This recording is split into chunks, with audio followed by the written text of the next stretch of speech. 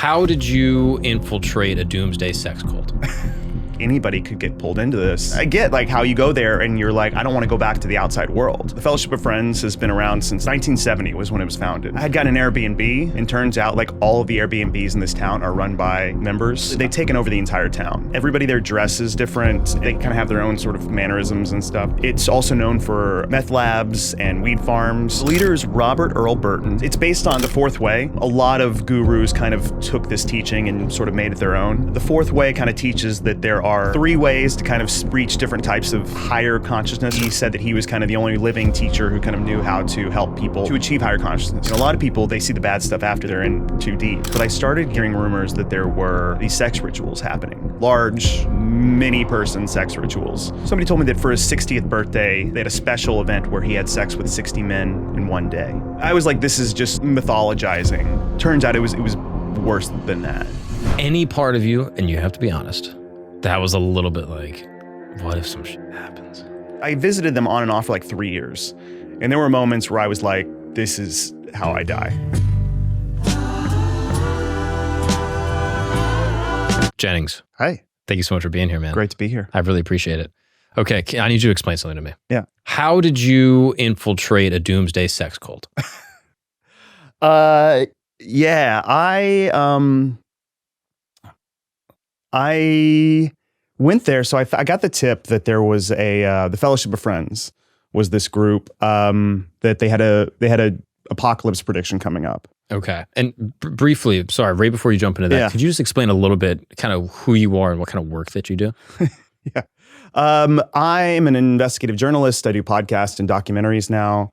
I report on all sorts of weird things.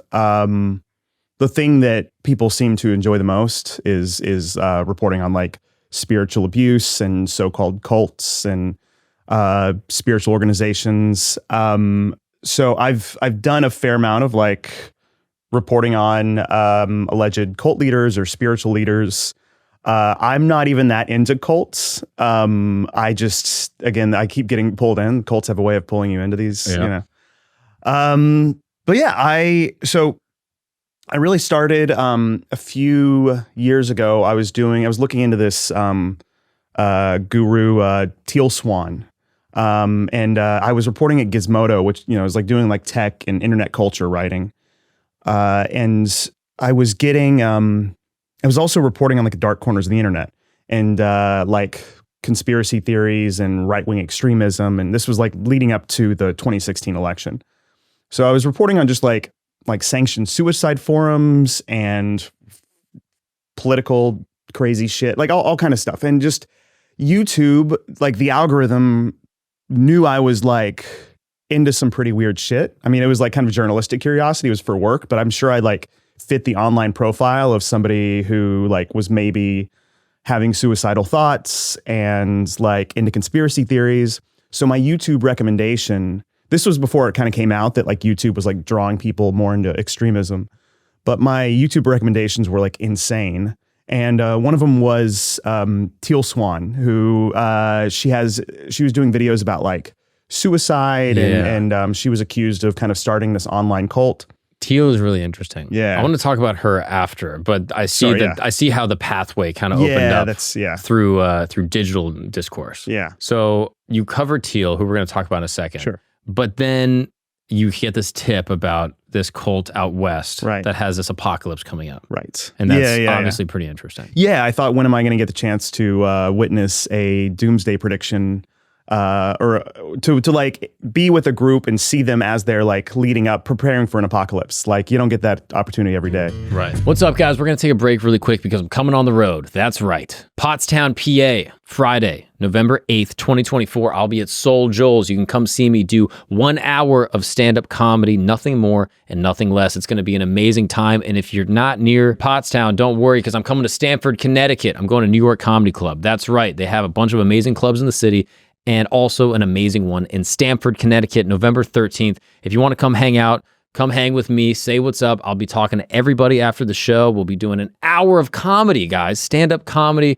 It's my passion. It's what I love to do when I'm not inside this tent. So come kick it with me. bunch of crazy stories. We'll have a great time. You can find the link at my Instagram. Get it in the story. I'll put it in the description. I can't wait to see you guys there. Let's get back to the show. So I reached out to him and I was like, hey, I've done some reporting on like spirituality. Also, their thing is that like the Fellowship of Friends, they believe that in order to achieve higher consciousness, you need to surround yourself with the finest things in life.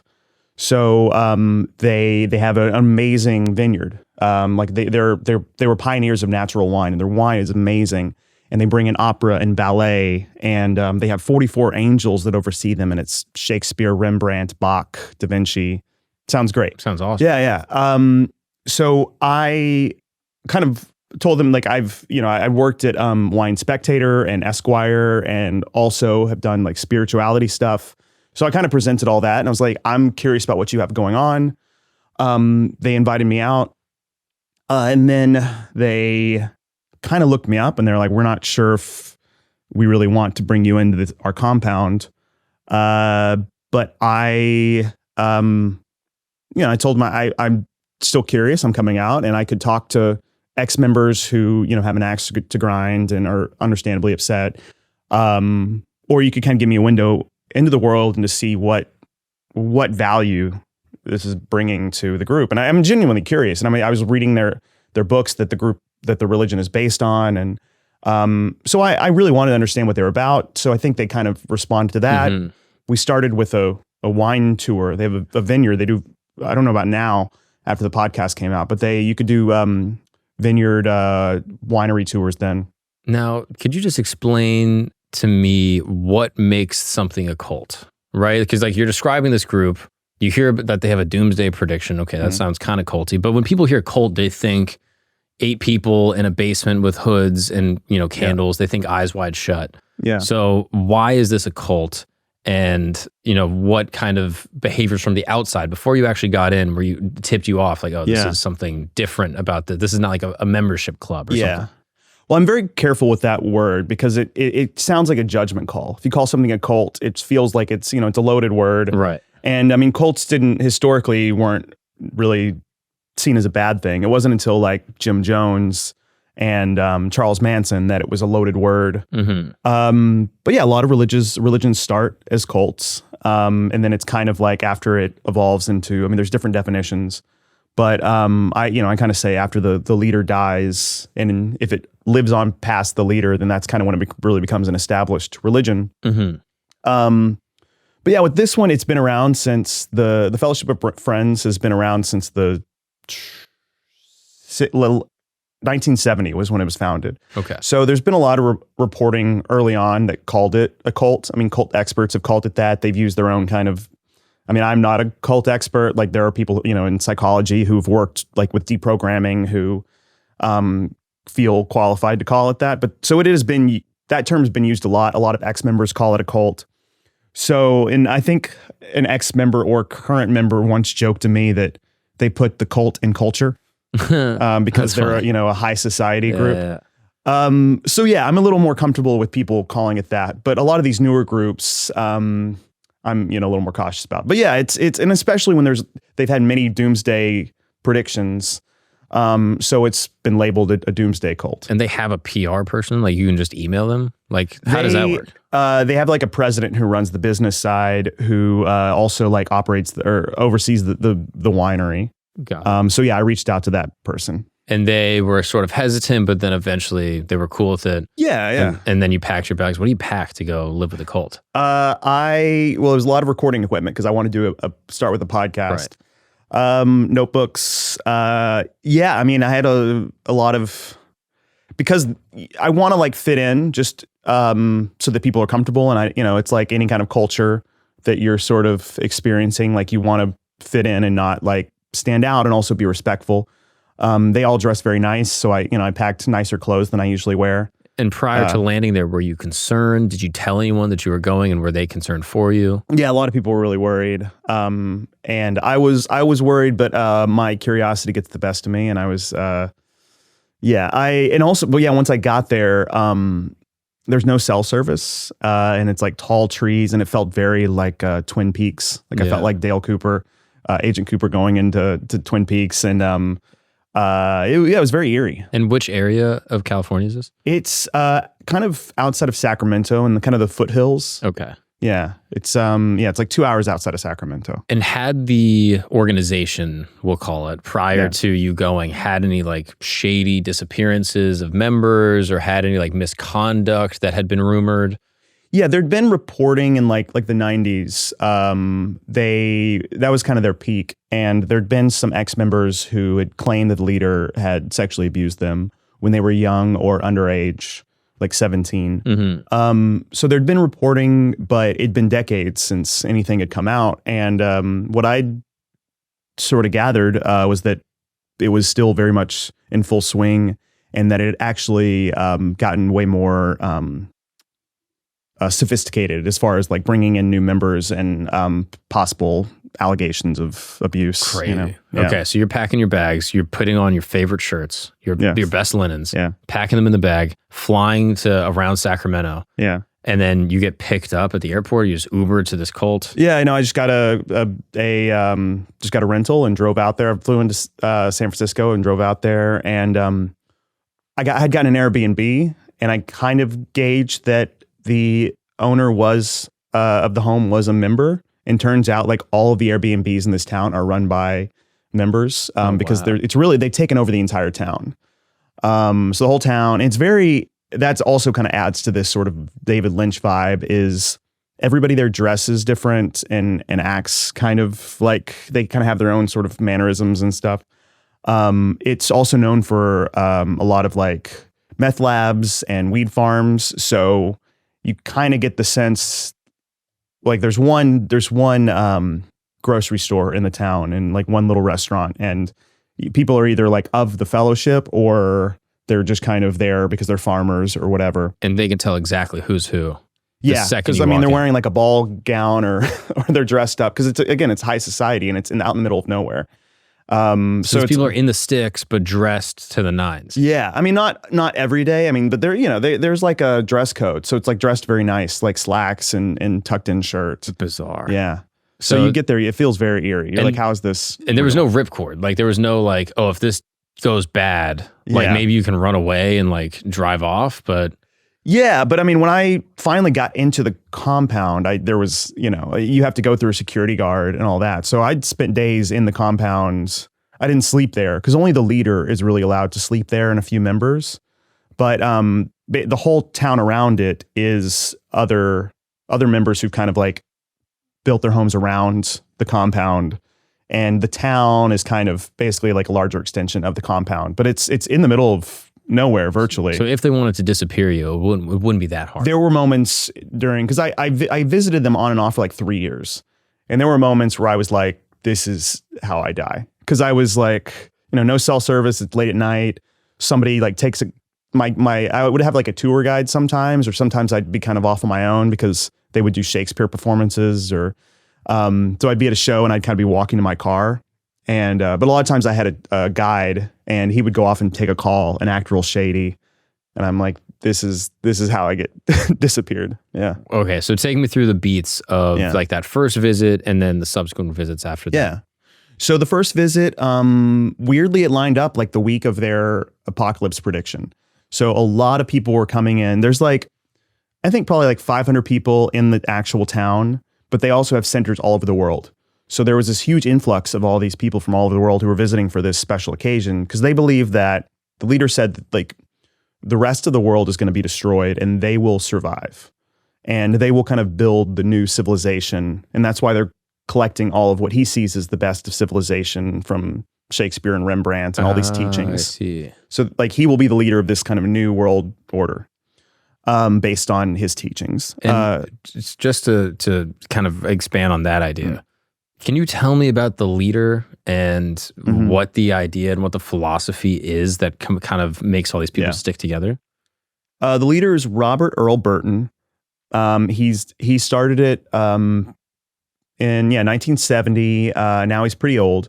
But yeah, he teaches. It's based on this. It's called the Fourth Way. It was created by this George Gurdjieff, who was this kind of Russian mystic philosopher in around like think 1910 or something, he started it, and he was, it became popular in the 60s and 70s, these teachings. A lot of cults in the 60s and 70s, like Rajneeshpuram from Wild Wild Country, it was kind of based on the fourth way.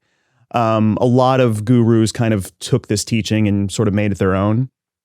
And so he pulled from that. But the fourth way kind of teaches that there are three ways to kind of reach different types of higher consciousness or whatever, like yoga or whatever. And then this is the fourth way, the ultimate way to kind of become a conscious being, an angel, or, like transcend, And so this Robert Burton, the leader, he said that he was kind of the only living teacher who kind of knew how to help people become higher conscious, to achieve higher consciousness. And one part of that was being fully present. You're never more present than when you're looking at beautiful art or listening to beautiful music or like having amazing wine. And I think there's a truth to that. Like when I was on this compound and I was drinking amazing wine and watching some performance under this beautiful night sky surrounded by, this compound is gorgeous. Like, now it's kind of fallen into disrepair, but there's an amphitheater, there's like white camels and water buffalo. And like they planted all these palm trees there. It's in the middle of the foothills, but they move all these palm trees. He's like, there's statues and fountains. So when you're there, you're kind of in this heightened experience. And when you're drinking the wine and watching and listening to music, you feel like these memories of that experience are very present in my mind. And I wasn't like checking my phone or worrying about like what Donald Trump was doing or whatever. Like I just was totally checked out and present. So I get like how you go there and you're like, I don't want to go back to the outside world. There were many times where I was like, if I didn't know all the bad stuff going on, I would, and they would invite me to join, because I was kept visiting for 3 years and they kind of started to treat me like a student. So I totally get it. Like, and I think that's something I tried to capture with the podcast, is showing how like anybody could get pulled into this. And then once you start seeing the bad things, you're like, well, maybe I'm just closed-minded, or maybe that's just the price you pay for this wonderful thing. A lot of people, they see the bad stuff after they're in too deep. And I think I sort of get inoculated before. I get my vaccine by like reading and talking to the ex-members. I know all the bad things. So you don't get seduced it's in the same way. Yeah. Wow. So this guy is like very much influenced by mysticism. Mm-hmm. Very much, I imagine, like a high cultural member prior to starting this Actually, cult? No. He was raised in kind of small town Arkansas, and I think always wanted the finer things and sort of reinvented himself. He moved to California and he was a teacher. He was, I think this was unconfirmed, but people say he was fired for like being too close to the kids. I don't know if like they were just uncomfortable because maybe he was gay, or like, I don't know, but he lost his job as a teacher. He joined this other similar like fourth way group. This is years before he started his fourth way religious organization. But so his leader was this guy named Alex Horn, who was a horrific cult leader. Like he would have these fight clubs. He would make people beat the gay out of each other. He made one guy have sex with his own daughter, because it was like this cult of like hypermasculinity and being like an alpha male. Yeah. And Burton was a member, Robert Burton was a member of this group, and he had to get the gay beaten out of him, and like finally got kicked out for because he kept, like, I guess he had relations with another student, and so he got kicked out. And then he was in this horrible car wreck and had all these stitches in his head. He had brain trauma, I guess. And after that, he started getting started hearing messages from the angels, the 44 angels that guide him. So I think I don't know. I don't want to like, we're not psychologists. But you do have kind of this clean story of, he was in this, he was abused and he was repressed, for, and shamed for being gay in Arkansas in the 50s or whatever. It's probably not the easiest thing. You're right. But then in this cult, it was in California, but it was still like, yeah, I mean, he was still shamed there and like in a very abusive way. And then he had this, you know, this wreck. And then right after that is when he kind of started creating his own group. But then he reinvented himself as this like refined gentleman. And this cult was all about, or this group was all about, the finer things in life. And he would go on these, he'd travel around the world looking at the artist, the art made by the 44 Angels. And he would buy, they were spending millions on like Renaissance art paintings. Like they have this mansion they built for him where he has these sex rituals that are filled with all this amazing Renaissance art and statues. And now I don't want to jump ahead too far, but how does he get the money early on to like start all this? He was just really good at just knowing who to recruit, I think, like getting people who, again, because it's like, you know, it's the 60s and 70s, like everybody's getting into kind of new religious things. And like, a lot of them are like, you have to go out to India or live in a tent or, you know, in a, like, right, sell all your possessions, live in poverty. Yeah, and this is one where it's like, no, you get to drink great wine, you get to, you know, surround yourself with fine arts. And marvel at, you know, Raphael and have a nice time. You had a lot of the prominent members came from money, or they were like people who, they had like generational wealth, and I think maybe were like looking for a purpose or something, and this, you know, these groups kind of give you a sense of like belonging and this is just so wild. Okay. So I understand a little bit about this guy now. Yeah. And I'm sure he had probably more like specific doctrinal teachings. Yeah. And ultimately they culminated in these doomsday predictions. And now you are flying out there on the weekend, I guess, of one of these apocalypses. Yeah. So this is I think the fourth or fifth one. Okay. That he's predicted. And I just thought I was going to get to witness what it's like when they're kind of preparing for this world-changing event. Okay, so take me through it. What happens? You land there. How many days until the doomsday? Yeah, I had been there before, and I talked to ex-members, because that first time I got turned away, I ended up talking to ex-members, and then I came back for the doomsday, and that's when they really let me in. But yeah, I had a few days before, and I noticed, I mean, I started with the wine tour, because they were like, we'll start with the wine tour, and then we'll see how, you know, it was kind of like a test, I thought. And then I saw like different facilities. I guess I sort of passed that test. And then eventually they took me to the cemetery. And it was this beautiful like Zen area. It was very, I don't know, it was like very well kept. And I think I said something like, you know, you can tell a lot about a community by the way they treat their dead. And I guess my reverence or something about it, the guy who was there later said that was the moment I knew we could trust you and bring you in. Oh, how interesting. And then I asked all the right questions. Like, again, I said, I read the books of the Fourth Way, and I kind of understood the language, and I dressed the part. And, you know, and if you listen to it, I mean, it's a fairly balanced podcast. I think they responded to that and slowly let me in more and more. And I was very transparent. I'm talking to ex-members too. Like there's a lot of stuff like controversy that I'm going to go into, but I really, you know, I want you to help me understand what's going on. So they responded to that. There was this, I got invited to, there was this sort of final black tie dinner and a toast, like a final toast that the leader gave, and like everybody dressed up really nicely. And my sort of tour guide for this, he was kind of, I think, a bit of a rebel. And I think he kind of got off on showing me a little behind the scenes. Oh, really? And so he took me, we kind of snuck around the final, like the black tie dinner. What was his name? I call, in the podcast, I call him Jack. He said, okay. I'll show you how things really work. Just don't use my name. Okay. So Jack is showing you around. Yeah. He's kind of an interesting character in the podcast because he's, I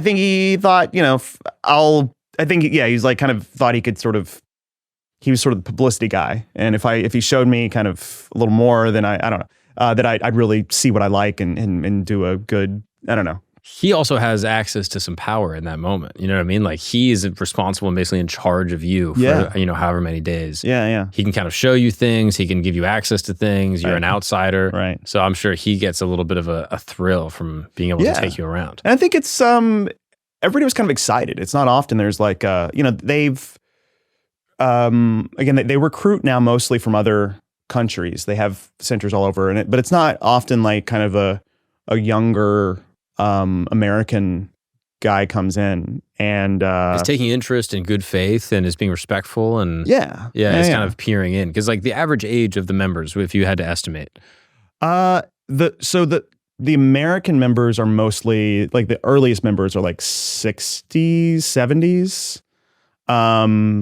but I don't know, they've been recruiting for 50 years, so it's now there's a lot of the younger ones are more like Latin American, Eastern European. There's a lot of like, I don't know, it's hard to say, but the core group is kind of is definitely getting older, but there's a lot of younger people too. Okay. So it would be really hard to say the average. So you're at this black tie dinner. Yeah. Everyone's sitting at these round tables, I'm sure, all having like these are fine dinners. Like the food is excellent. It's like, I think that they've kind of gotten, I don't want to be rude, but it's been harder to sort of to sustain their quality of life because they have not been getting, like in the golden days, like in the 90s and like early 2000s. I mean, I talked to the former CFO. He was like, we were rolling in it. Like they were bringing in, like, there was always like a new Renaissance painting coming in. Now it's like they're more on a budget. It's like the quality's gone down, but it's like the emperor has no clothes. Wow. Quality to it, which is almost more bizarre. It feels very eerie because you're in like, it's almost like Haunted Mansion. You're like, this was nice, and now it's a little derelict. Yeah, like the vineyard is kind of dried up. Like it's kind of it's sort of a once great empire kind of in a transition or twilight period. And what does the leader look like? Like you're in the room with him. Yeah, and he's sitting there at a table. I'm sure. Like paint that picture. I kind of want to get your take on like. Well, I don't know. Can you do? He's again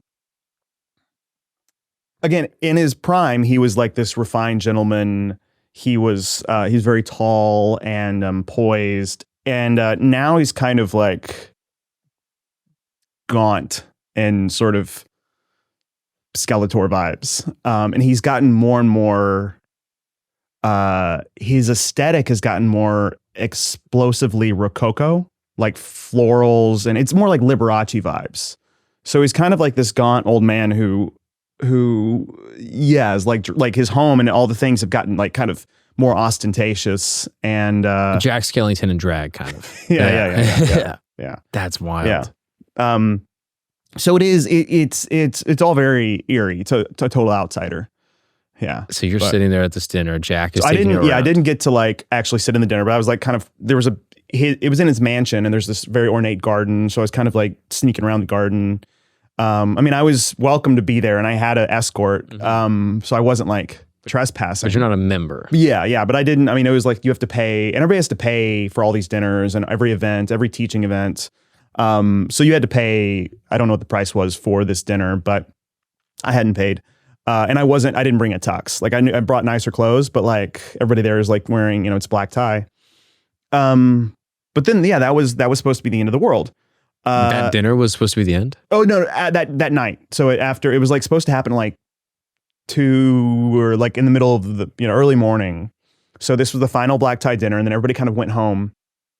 And there was this kind of like New Year's excitement, really? Or like what's tomorrow going to bring? And I think I was staying with members because I was in an Airbnb and we kind of stayed up late drinking wine and talking and, and then I went to bed and I set my alarm for whenever it was supposed to happen. And I woke up and the world seemed to be the same around me. I checked Twitter. The world was still burning outside, but no differently than it was before. And did you get a feeling from the members as they all exited this event that they truly believed that this was going to, when like 2012, like the Mayans predicted the end of the world.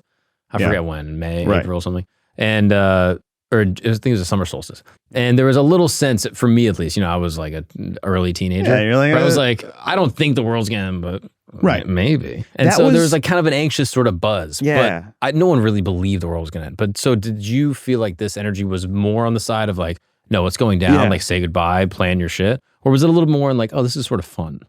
That was that was my initial interest in going out there and seeing this sort of psychology. And then what I learned is there's kind of a whole array of different views. Because it's important to know this was not their first rodeo. They've been through a few predictions. Yeah. Do you remember when the most recent one was? So this one that I was there for 2018. Before that was like, I think there was a big one in the 90s, maybe something in between there. Okay. But yeah, like every 10 years or so, there's a big prediction that he gets a message from the angels. And the first one, everybody got like super into it. Like people maxed out their credit cards, like cut off their family, like, took out all their savings, like bought stuff, bought a bunch of food. And then it didn't happen. And people were really upset, and it really seemed to affect the leader. Like he spent a lot of time alone. Like, what have I done? And he said at the time, the angels did this to humble me. Like now I'm a more humble and greater leader. This was like a learning experience.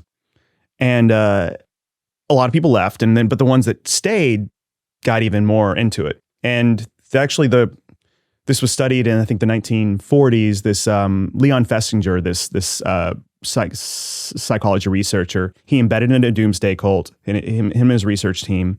And this is actually where the idea of cognitive dissonance came from. He wanted to see what would happen. It was like this cult in Chicago. These like alien angels had predicted a great flood, or the leader had gotten a message from the angels, and it was gonna be a great flood that would kill all of humanity. And then it didn't happen. And the leader said it was because we were so devoted, the gods rewarded us. And wow, that's great. And from that, he realized, like, when you invest so much in something and it doesn't come true, you can either accept that you were totally duped and conned, or somebody kind of gives you a life raft or a path out, and like, actually it's this, you were so good that we win. And it's easier after you've, it's like sunk cost fallacy or whatever, poker logic, like you've given so much, it's easier to take that off ramp. But then you've sort of rewired your brain into this new reality that was created by the leader. So you're kind of giving over more agency to the leader. Oh, wow. So even though the leader's wrong, people are still on the hook even more. Yeah. And that's where he started this idea of cognitive dissonance, which, we see now with like politics and like conspiracy theories. You've given up so much, like you've cut off your family for QAnon or whatever. And like any new thing, you're all in, like if you've invested, you've invested in something and whatever, you gotta, so it ends up like cults that last for decades, and they have multiple predictions that don't go right. It's kind of a culling mechanism. Like the kind of halfway people, they peel off, but the true believers become even more devoted. So then you get like this, like, so now come in, and I'm there, and these people, the diehards, have been there and they're like in deep. Yeah. They've given their whole lives to this thing. It's been distilled 5 times over. I found different ways I asked a lot of different people, like, what do you think is going to happen before and then after? I was like, what do you think happened? And there were the younger members who were very excited. They were like, this is it. Like, you notice there's a lot of weird things going on in the universe. Like, this is happening. And then there were the older members that you could tell they were like, well, we think that, I think Robert just does this as like a tool it's a way of making us feel more present. And don't you feel more present right now? He was able to bring everybody together, and we're all excited. And I was like, yeah, you're right. Like, maybe it is a way to, wow. And it's the same with any religion. You have the diehards who think the world was created exactly like it's described in Genesis, and then some who think it's a metaphor, and they can all worship in the same church or temple or whatever, so you find different ways to make it work for you. Wow. So these diehard members are still like, or like the old members are still like, oh, he's still a genius. Yeah. And he's still calling us to a higher purpose, that this fourth way, we're still being more present. And so even if it's like a Kafka trap, it's like whichever way you cut it, you're still going down the path of being a more devoted follower. Yeah. You know what I mean? This didn't work out, but it's because we were going to be humbled because this is a test for you. Right. Wow. That's Trust so the process. clever. Because in my mind, I'm like, the first time a doomsday prediction doesn't go right, I'm out. Yeah. Like, I'm immediately like, oh, this is the dumbest thing ever. Duh. but I can see how you're already kind of sunk cost. Yep. You already believe in the leader. You now are creating, and now maybe people are even giving you off ramps. Yeah. They're giving you solutions to this dissonance that you feel, and you go, oh wow, actually, this guy is a genius. Yeah. Wow. So I can see how the energy's a little split in the room. Yeah. There's some people like, oh, we get to be present again because this is what he does, and the younger people are like, all right, this is happening. Yeah. Yeah. And then and also the excitement of the younger people is kind of, you're like, oh yeah, I remember what it felt like, and hey, maybe something is going to happen. Hey guys, really quick. Did you know that on this day in history in 1582, Pope Gregory introduced the Gregorian calendar, which most of the world still uses today?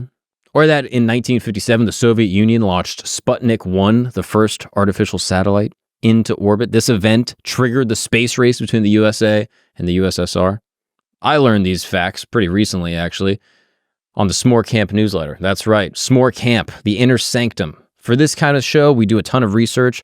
I have different researchers and friends that help me find information, and not everything can make the episode. Either it's like too crazy, it's too like weird or gory, and it will get demonetized on YouTube, or it's just additional and it doesn't always make it, but it always makes it into the S'more Camp Inner Sanctum newsletter. So if you are interested in expanding your mind, learning new information, and being the most interesting person into every room you step into, check it out in the description or this QR code right here. Now let's get back to the show. Any part of you, and you have to be honest, that was a little bit like, what if some shit happens?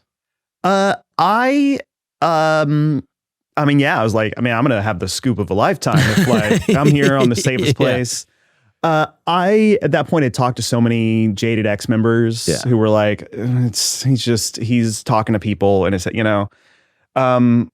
I thought maybe with this one, I'd heard that they had been stocking up on guns and kind of, I was worried about some sort of like, at this point, he's getting older and maybe he's going to create his own apocalyptic situation, like a Jim Jones or Waco. I mean, more like a Branch Davidians like thing. Yeah, Heaven's Gate or some shit. Because that was, it's like self-fulfilling prophecy, create your own prediction. Yeah, I mean, but that it is the end of that world. Right. And for all those members, it is the end of the world. So I was kind of, but it was a big nothing. And then the next day, there was sort of this, they have these kind of like, on the compound, they have like a market, like street fair type thing, a bazaar.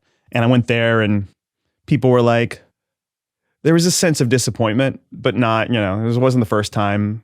And someone was like, yeah, my kids couldn't make it in, so I guess I'm glad it happened. Because a lot of them are genuinely worried their kids who've left the group or never joined or whatever, like are all going to die off. Wow. So that's the consolation. Well, at least like the people I love who aren't here are alive. At least the world isn't over. Yeah. You know what I mean? Wow. But yeah, there's some disappointment. And I heard that the leader, that Robert said, this was preparation for the real one. The big one, which is, so now we know what we still need to figure out. We weren't really ready in time. We didn't get all of the solar panels and everything ready. And that one, I heard is happening in 2025. Oh, wow. So get ready. Crazy. Yeah. Okay. So that was 2018. Had you gone back another time? So at this point, the world didn't end, but I started hearing rumors that there were these sex rituals happening, like large mini person sex rituals where the leader, because again, I knew that the leader had been sued by having sex with young male members. Mm-hmm. And it kind of went away, but I was starting to get the sense that it had actually gotten a lot more, and that somebody told me the first time I heard that, I was like, no way. Somebody told me that for his 60th birthday, they had a special event where he had sex with 60 men in one day. And I was like, this is just a mythologizing. Turns out it was worse than that. Wow. Okay. Yeah. So he is, what is the leader's name again? Robert. And so he, up until, sort of like your coverage, but kind of like prior to 2018, it was acknowledged that he was just like an openly gay dude. Yeah, I think, well, in the 90s, so apparently he was doing this from the beginning. Okay. And then in the 90s, after it became news, like LA Times and Chronicle, San Francisco Chronicle reported on it, that he'd had sex with young male members. They were like, all right, yeah, the leader's gay. That's fine. And it's actually, he has holy sex with the members. That's fine. Like, it's consensual. And how young were the reports saying? The youngest was 17. Okay. But like, yeah, men in their like 20s. That first major lawsuit that came out, this guy said he was sexually abused by Robert. He was a security guard for the mansion, or for Robert's home, and he was sexually abused. And then he started asking around who else had this experience, and he found out a lot of people did, including his own son. No. Who was 17. Fuck. And yeah, so that's when, and then the guy was like, we're getting out, and they did a lawsuit. They filed a lawsuit. So then it all kind of came out. And then you had all these people who were like, yeah, I had sex with Robert, but it was a holy experience, and it was consensual. Yeah.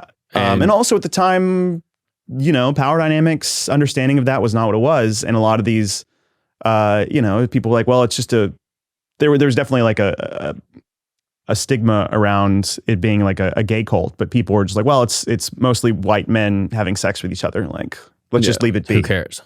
Now what I was sort of able to uncover, and also a lot of ex-members are trying to bring attention to, was the leader only targets young straight men. Once he gets them alone, once the grooming happens, all that, he reveals to them he's a goddess in a man's body, and kind of conveys that if they deny the goddess, they will die and go to hell, or something bad will happen. So after months or years of grooming, he targets them. And so why straight men? I mean, there's different theories. I don't know if it's a power thing. I don't know if I don't know if this is his way of processing his true gender identity, because once he's alone, he says that he's a goddess. I don't know. Publicly, he identifies as a man. There's obviously a lot of he went through a very horrific cult where they made him beat the gay out of each other. So I don't know what's going on there, but yeah, so he kind of was able to get away with it in the 90s. They just settled that lawsuit, and they were able to keep bringing in more and more men. And so he has, I ended up, so back to the doomsday, I heard about this. There was still a lot of sex rituals happening. I realized there was a much bigger story there. And I ended up spending much of the next 3 years uncovering basically this alleged human trafficking operation, where they bring in young men from all over the world, from these centers in Eastern Europe and Latin America, all over, and through religious visas. And they have these sex rituals where the leader tries to have sex with 100 men in one day. Yeah. So what the hell? Okay. So you go in being like, oh, this is like a fun little doomsday cult. Let's see what the vibe is. And then you won't realize after the fact and talking to ex-members that, oh, there's a much more insidious criminal and kind of, violent component to the whole thing. Wow. Okay. Yeah. So once you start going back, do you write anything about this? After the apocalypse or failed apocalypse? You don't publish anything? No. I knew that, I wanted to do it as a podcast or a documentary. I went out there for that first trip, and I'd partnered with this is inside baseball, but I partnered with this company, Vespucci, that kind of funds journalism, and have produced a lot of great work. Mm-hmm. They gave me sort of the initial funding to look into it. We had the idea to do it as a podcast. Mm-hmm. Once I had the doomsday, I'd recorded a lot of great audio and interviews, and I knew that there was more to the story, enough for a real investigative podcast. We then kind of shopped it around, and I ended up partnering with Blumhouse. Yeah, which is a very popular horror studio. Yeah, and they also do documentaries. Mm-hmm. Excuse me. So they seem. I went to them and I was like, "This is when this podcast comes out, you're going to want to develop it into a horror story, because it's sort of stranger than fiction and real dark." And horrific. And so yeah, we ended up partnering on it, and then ended up partnering with Spotify. But yeah, this is a whole other side conversation about just the nature of journalism now, is you kind of have to think like a sort of startup. Yeah. Entrepreneur. Yeah. In order to, because, nobody reads anymore. Yeah. So yeah, I didn't, I knew really to get attention, I kind of needed to, and also I needed the money to legally vet this and fact check it. Because I ended up doing had to get insurance in case. I mean, it's just a whole. It's really, especially the fellowship has a long history of suing people and hiring private investigators. Yeah, of course, and they got money out the wazoo. Yeah. Like, Yeah. you know, a whole organization, like I'm sure pulling money off members compared to just one journalist. Right. Like, this is a monstrous task. So 2018, this fake apocalypse happens. When do you actually go back to now blow the roof off of the sex trafficking component? So I kept coming back for like the next 3 years, just doing different. I was like, because I wanted, enough to make a full podcast, and also like COVID happened then, and it became hard. Everything changed. So the podcast took longer to make than I expected. Ended up being 3 years later, the podcast finally came out that sort of shed light on all of this. Now, did you do research while you were there about the sex rituals? I would talk to ex-members who participated, there's one in the podcast, there's one current member who was involved at the time but these men talked about and corroborated all this of being a part of these rituals. Now, this seems risky, right? Like, it's one thing to be like, hey, can I check out your vineyard and look at your mansion? It's completely other thing to be like, hey, can I look at like the dirty underworld that they know is fucked up of what you guys are doing? Yeah. And so how do you get access to talking to members about the sex rituals? I mean, it helped that like I just had kept coming back and building rapport with current and ex-members. And I think people were like, well, keeps getting welcomed back, and the president seems okay with him being here. And they knew I was talking to ex-members. So everybody I don't know. I don't know how, but everybody sort of got more comfortable with me over time from all sides. Because I think like people were like, we don't really know how it's going to turn out, but they thought I'd give them a fair shake. And I think I did. I think like that, and then over, I eventually just sort of won everybody over, and building rapport, and wow. I think they didn't realize how in depth I was going to go, and like all like that. I ended up talking to like the chief financial officer who gave me about their numbers, and like he helped me realize like that it was like that there was an element of like fraud, and that how like they were really just doing everything to give the leader what he needed. Okay, take me through all this. So how did these sex rituals work? From talking to ex-members, to talking to the survivors of the abuse, to talking to current members that were abused and a part of the rituals. One, what makes it ritualistic? Like, why is this not just an orgy? And how was it sort of prepared and covered up? Yeah. Like, take me through all the details. Yeah. So the leader called them love fests. They were kind of they're happening on like Valentine's Day, and it was kind of a celebration of love and whatever. That was their thinking. I call it a sex ritual because like, I don't know, there seems like there was like an idea of it was for some sort of spiritual reason. Like they had to sort of fuel him. I've heard different reasonings for how he justified it. Like he took their seed so that it like energized him to get the seed of his members, his students. So that's the kind of ritualistic component. But I mean, I had people tell me it was kind of like the DMV. They were all just like waiting in line, waiting for it to, and they just got called one day. They didn't really know what was happening, but because he sort of has his group of men who he'll travel with, as he's like looking for art and stuff around the world. And these are kind of and they'll live with him in the mansion. They kind of, they live in the different rooms of the mansion. He has the main bedroom that's like covered with Renaissance art on the ceiling and all that. And this is sort of like his main harem. Yeah. So we'll have one group that has been called a harem or Burton's Boys or different things. And these are like terms in the group that I wouldn't normally use, but that it's like people know that that's what's happening. Got it. But for these special rituals, they would kind of call in all the old people who had kind of been pulled out, like who are no longer in that group. But so he would bring in all the ranks. So people who had kind of been done with that for years didn't really know why they were getting the call, but they knew Robert needed something, so they all arrived. And they got an email, like it was a secretary that called him. Like, do you know? He has like a couple men who help that are closest to him. That he always has like a secretary who I think helps him with teachings and and handles his phone and all that. So, but then there's also like a couple men, and there's like a whole hierarchy around him, and there's men who help kind of organize these things. And now, are the men in the inner circle, are they emotional companions, or are they purely like sexual? I think there's a lot of emotion. I mean, I didn't get,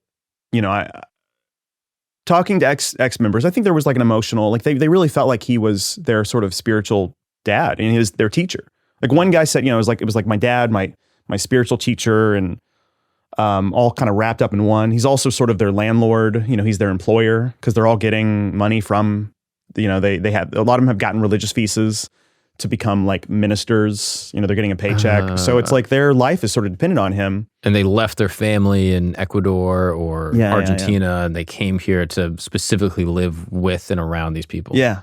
Wow. So that's a component of the newer people. It's like they're living in a country where they don't really speak the language, and they don't understand the immigration system, and they're completely dependent on this isolated community. So even if they want to leave, it would be very difficult. No, I don't know if you can speculate on this, but like of these, like the inner circle, the boys, as you said, are they openly gay? Are they presenting with sort of like? No, I mean he only wants straight men. Only. Yeah, it's actually the group I've heard is very homophobic. The leader teaches that it's cosmically wrong for men to be with men, women to be with women. This is going back to the 70s. Like I spoke to one woman who she said she joined with her girlfriend, and the leader said, this is cosmically wrong. You can't. So that actually makes it harder for men to speak up, because it's like baked into the sort of dogma that like being with a man is spiritually wrong. So there's sort of, I think a lot of people leaving kind of have homophobic tendencies, or just sort of indoctrinated that that's wrong. So male on male sexual abuse is already very stigmatized and hard to speak out about.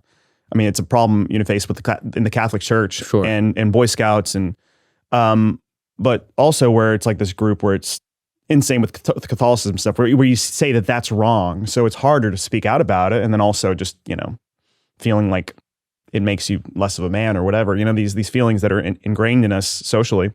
Wow. So yeah, a lot of these men. So I've heard from numerous men who said, yeah, the gay men would kind of joke that, or they would say like, I wish that I could have sex with my leader, but he's not interested in me. Yeah. So these are all straight men, but he would dress them very flamboyantly, and they all kind of looked like his sort of, again, floral Rococo style, sort of dressed them all and would buy them gifts. Bizarre.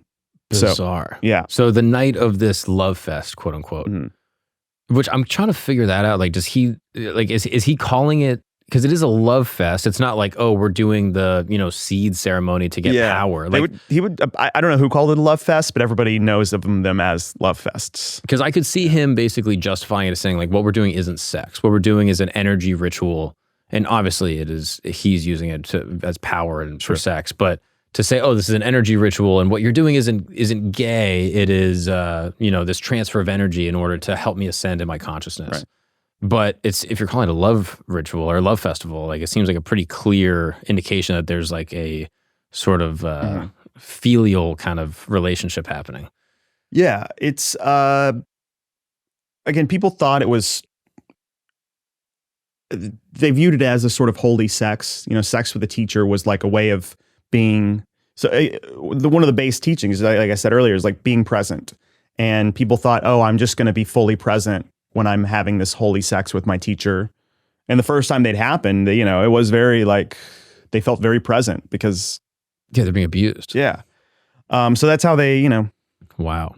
So now is the goddess component, where he's sort of representing as this goddess, is that a part of the love fest to your knowledge? No, I think it was just, I heard different things he would tell people to make them more comfortable. And that was the interesting thing. It's like talking to different survivors.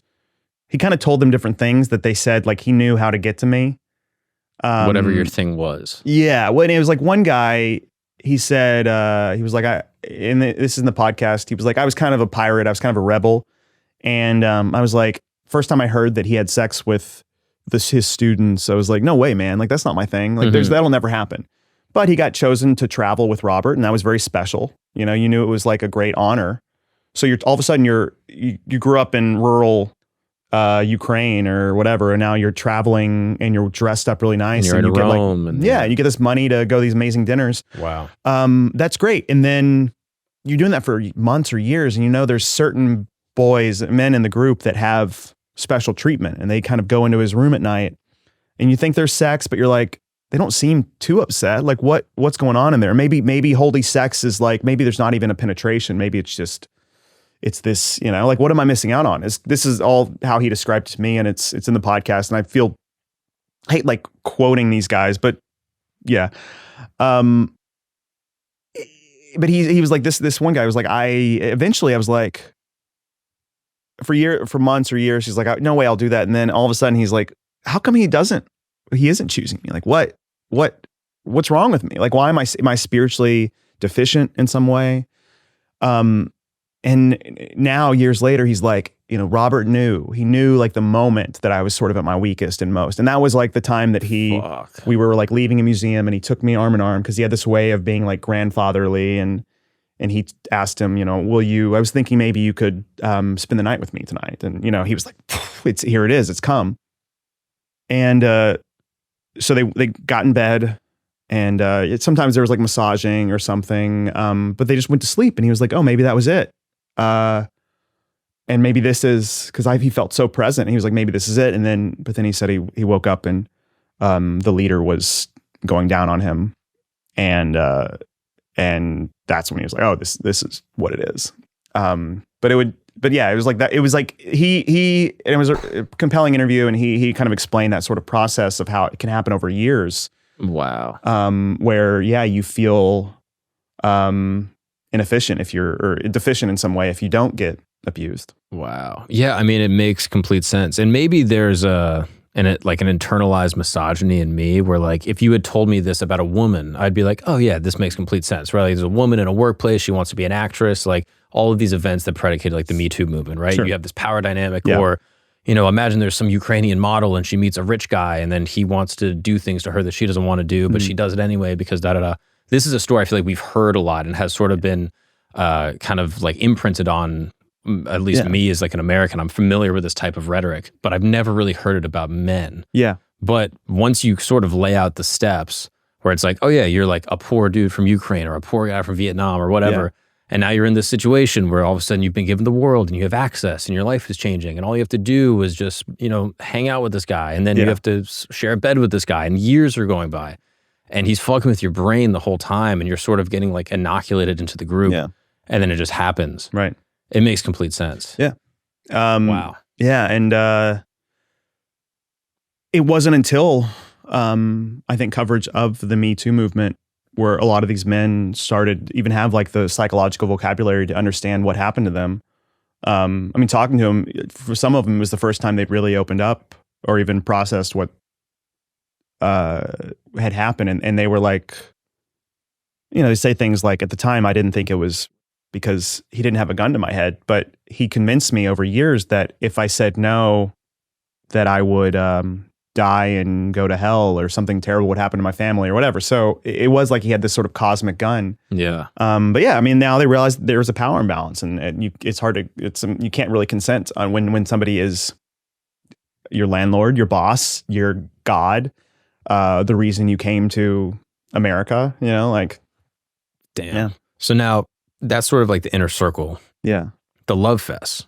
You get a guy that gives you a call and says, hey, Robert needs you to show up here at this time. Yeah. It was in the night, I assume. Yeah. Yeah. Oh, I don't know. I think it was this. Oh no, this was a 24-hour love fest. It would start 9 a.m. till 9 p.m. or something like that. Now, were these men married? Yeah. A lot of them. Did they have children? Yeah. So this is a man that has a wife and kids. They're living in a house near the community. Yeah. Or near the compound. Yeah. And he gets a call and says, hey, Robert needs you to show up. Yeah. And these men might be 35, 40 years old. These are not like boys that are 18. I mean, he has, again, the current, the people who are traveling with him at the time are usually younger. But then for these love fests, they need to call in all the, past people of that inner circle. And yeah, they're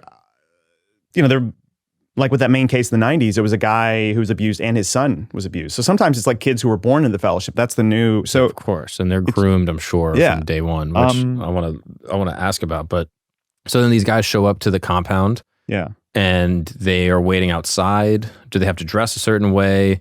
Is it all at the same time, like simultaneously, or is it one by one? I don't know if I think they probably just dress normally because they didn't know what was happening. I mean, I think if you know you're doing something special for Robert, you're probably going to dress up a little nicer. Mm-hmm. But yeah, they apparently, like one guy described it as waiting in line at the DMV.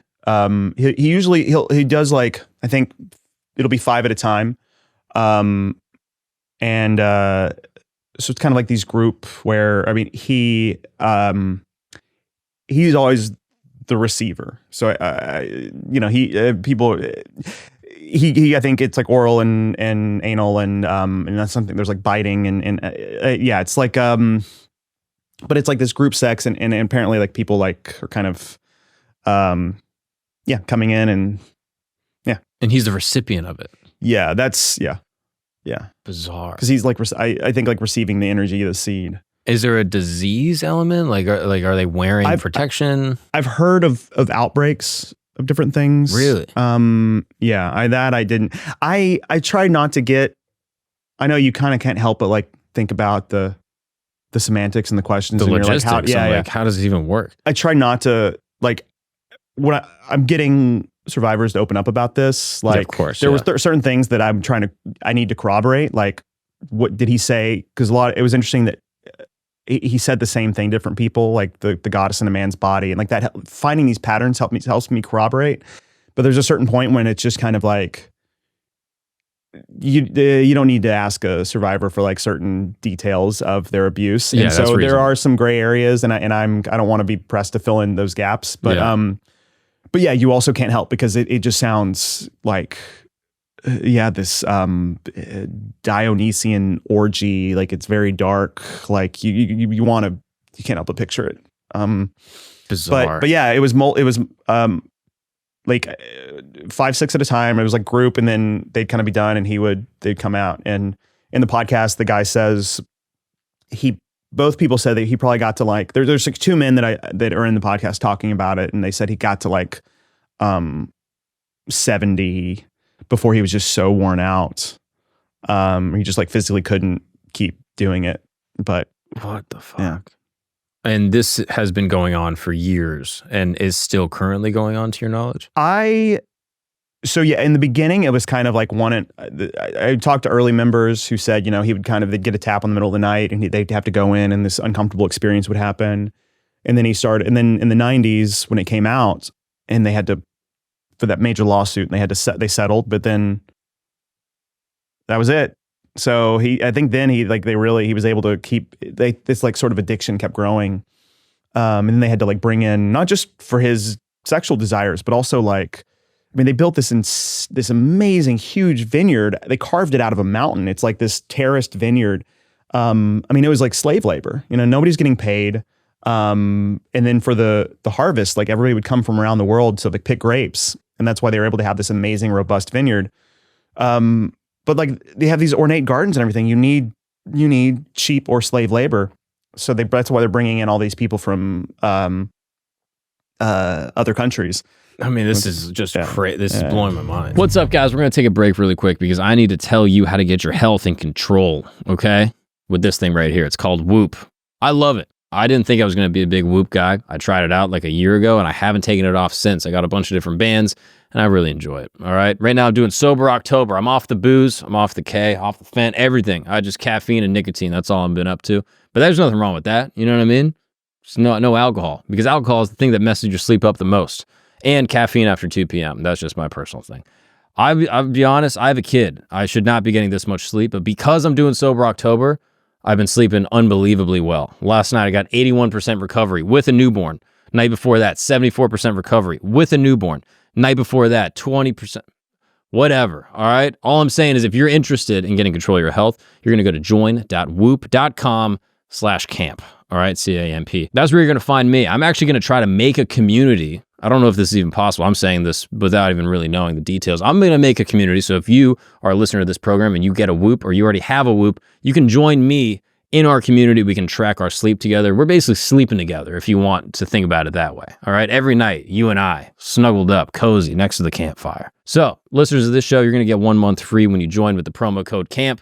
Check it out. join.whoop.com/camp. Let's get back to the show.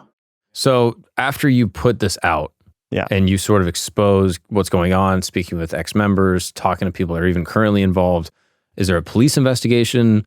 Like, is this technically non-consensual? Like, this is such a bizarre gray area. Because obviously these men are manipulated, but they are engaging in it in a very active way. Yeah. So I'm curious, like, what the law kind of has to say about that. Yeah. It's, there were people who tried to blow the whistle in the past and nobody ever really took it seriously. It's really hard because, we have great First Amendment rights in this country, freedom of press, but also like freedom of religion. I mean, it was a religious organization and these were sort of part of that. ICE there was a huge investigation for 7 years. It was ICE and the DEA joined for a bit because there was kind of like some of the members were growing weed. And I think that was kind of their way to legitimately poke around. Yeah. I did a freedom of information request. I got this full report. They raided the compound.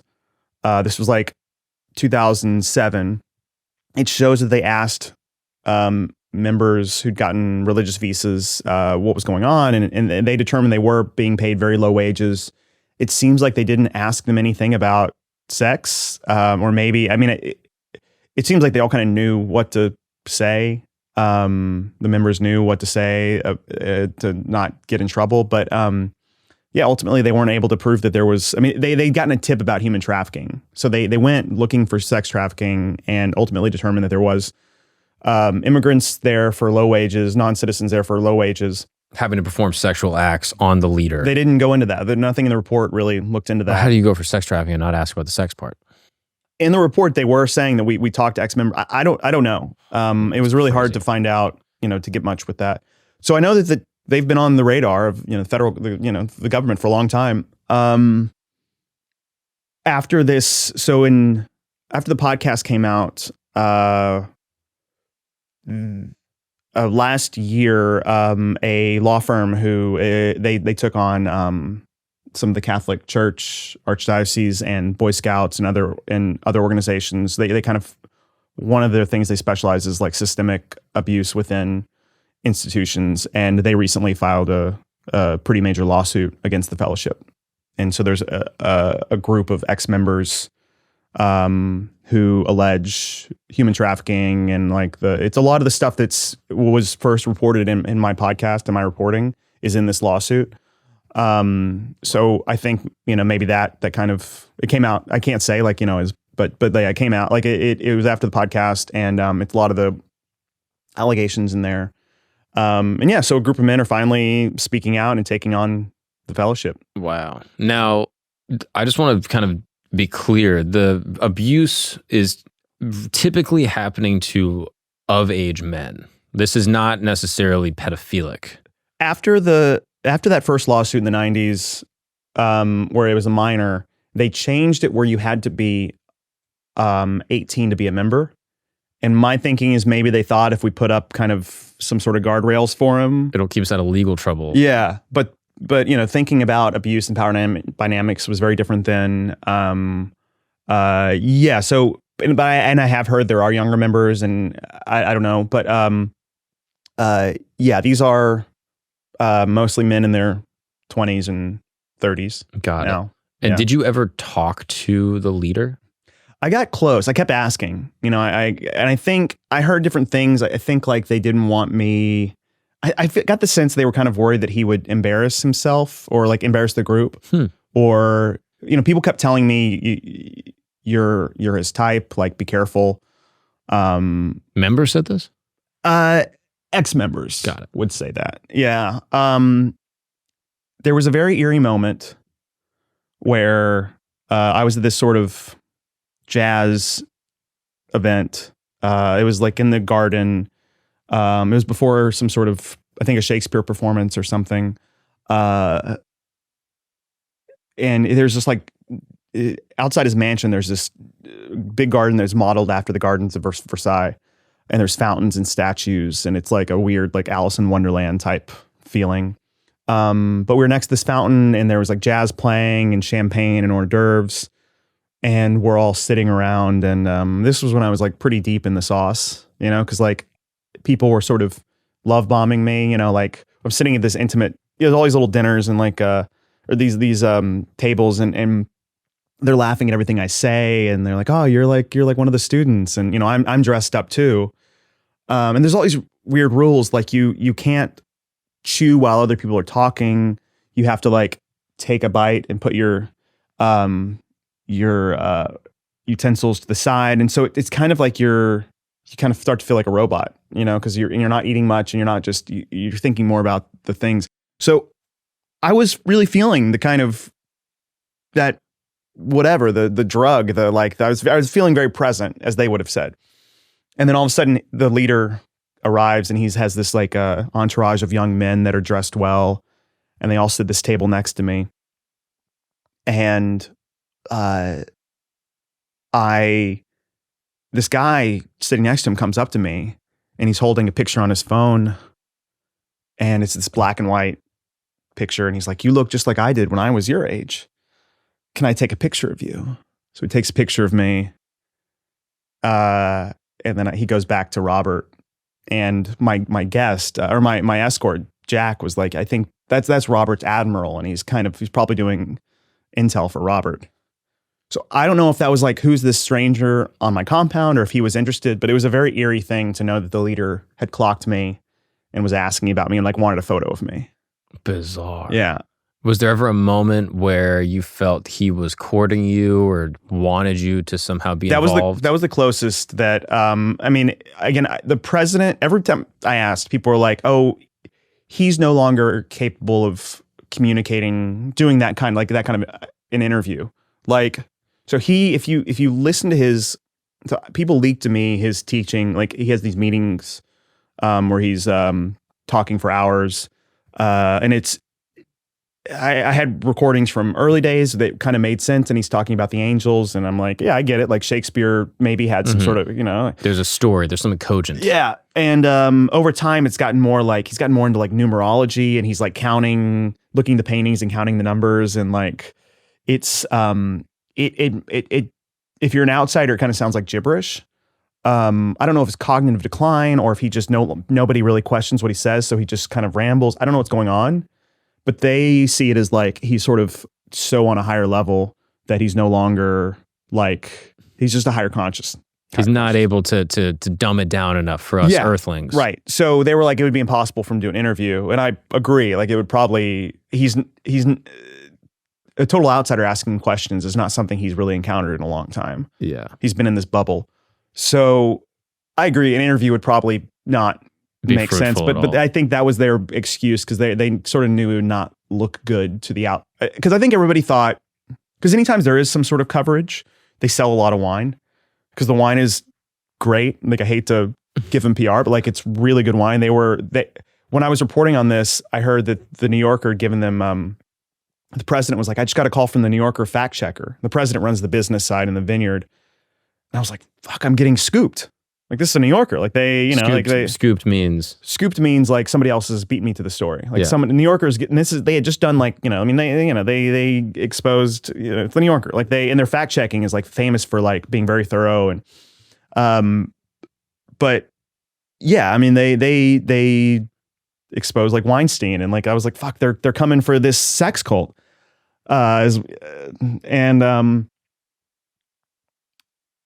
Turns out it was a story about natural wine and how they were kind of pioneers of it because they're which I love natural wine.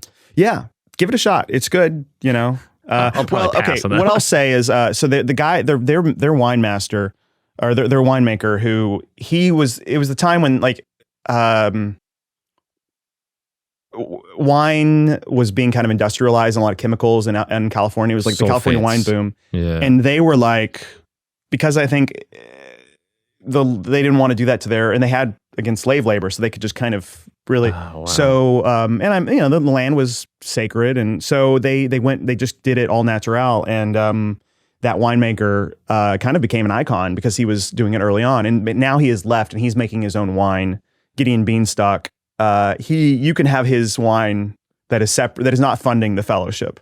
Yeah. But his wine, the wine that he made at the fellowship, and their vineyard is, their winery is called Renaissance. It's kind of seen as very, it's very well. It was very celebrated at the time. Yeah. I don't know. I wouldn't want to try like the Love Fest Chablis. You know what I mean? Like that feels, I don't know what's in there. Yeah. So what I was getting at is like I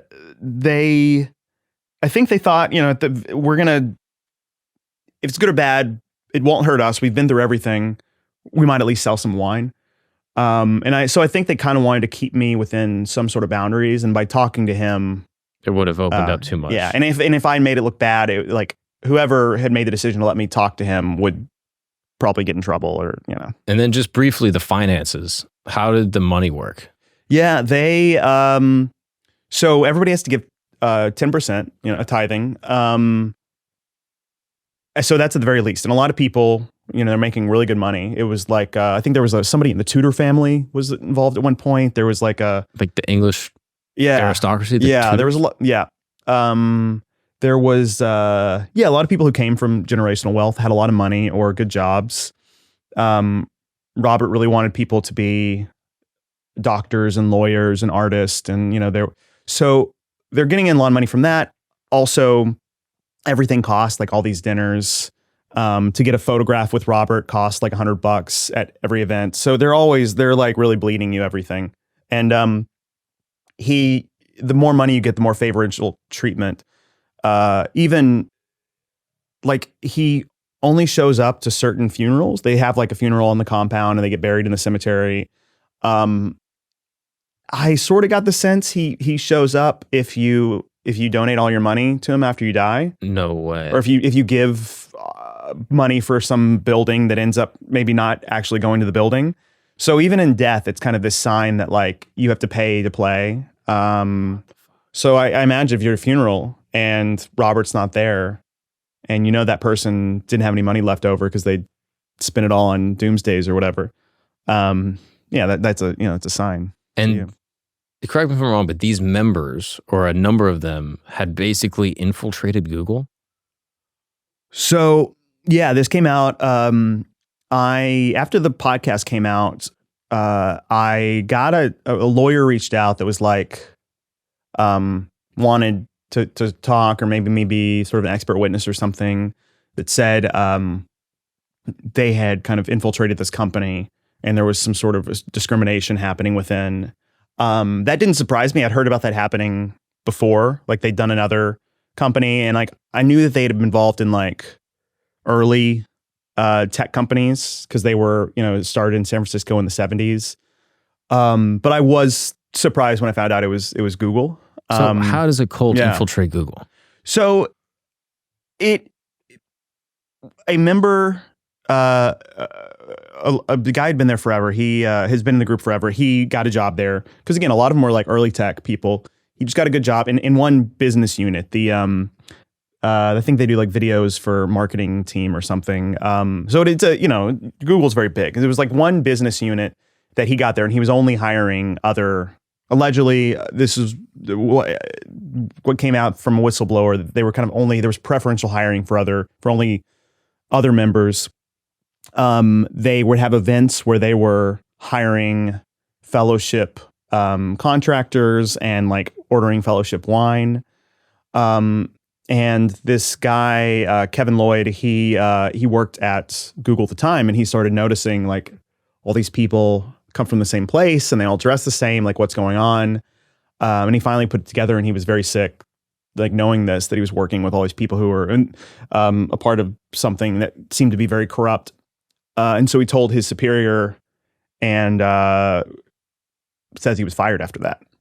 So was the superior a part of it? Allegedly. I think he just was kind of like, don't mess with it, or maybe that guy's superior was or something. He's also like, you're asking me to fire the whole department? Right. Like, we have 15 guys that are here. Yeah. Like, they had a good thing going. They're doing a great job, and I don't give a shit who they're banging on the side. Like, but now you're gonna ruin our whole thing. Yeah, I don't know what happened, and I'm like, that's a lawsuit. I'm not, because it was after my reporting, So I followed it. Like, I spoke to the New York Times because it ended up coming out in the New York Times. So I was like quoted in that. I was sort of.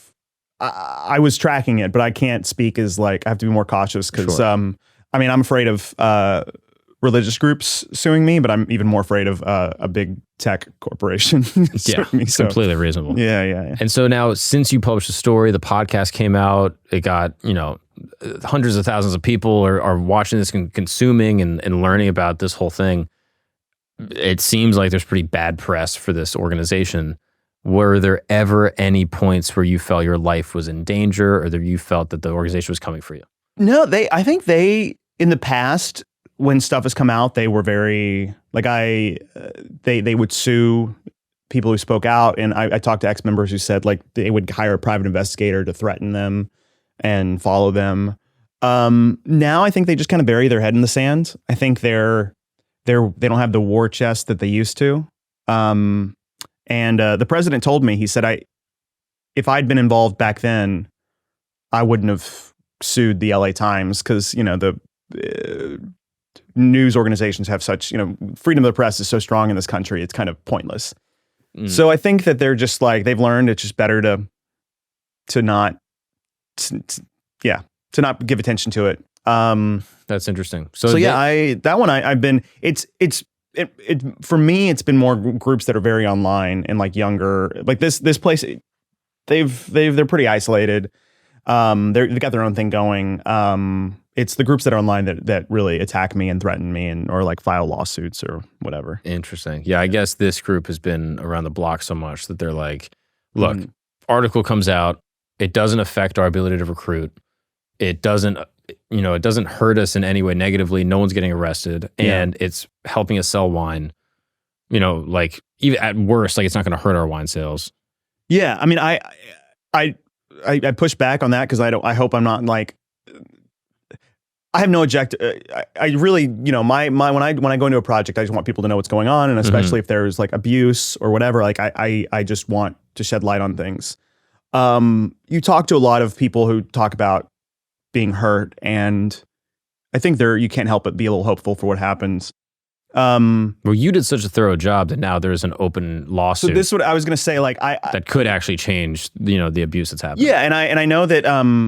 So there's somebody who ran a blog. It was like a bunch of ex-members who would post things. And a lot of, it's like years of great citizen journalism that I pulled from, and I would talk to these people and verify it and stuff. But there's like ex-members who've been posting on these blogs for years that have been trying to expose it. So I was really standing on the shoulders of giants, before that. But anyway, the person who runs that blog, I also want to note that blog went down. Like, it was like a Google hosted blog, and it went down after all the Google stuff came out. Weird. So, add that to your conspiracy theory. Weird. But he would show me who was going, like the site visits, and a lot more government and legal agencies were checking the site after the podcast came out. Like, I mean, we're talking. So I think there was more people looking into it, and yes, this lawsuit. So all that to say, like, I think more attention came than just like selling. I don't think that I think they're, they got more scrutiny, and I didn't just help them sell wine. That's a fair counterpoint. Yeah. I guess when the coverage is like, oh, look at this mystical, bizarre, high class cult or high class organization, that probably doesn't do much. Yeah. But when there's very much like a thorough, in-depth investigation, then there's a real potential for change. So I think that's a fair correction. There'd been an article a few years before this in San Francisco Chronicle that really went into the wine and kind of glossed over the abuse stuff. And the New Yorker thing, there was a parenthetical that said there'd been some abuse. So I think. Oh, so they acknowledged it.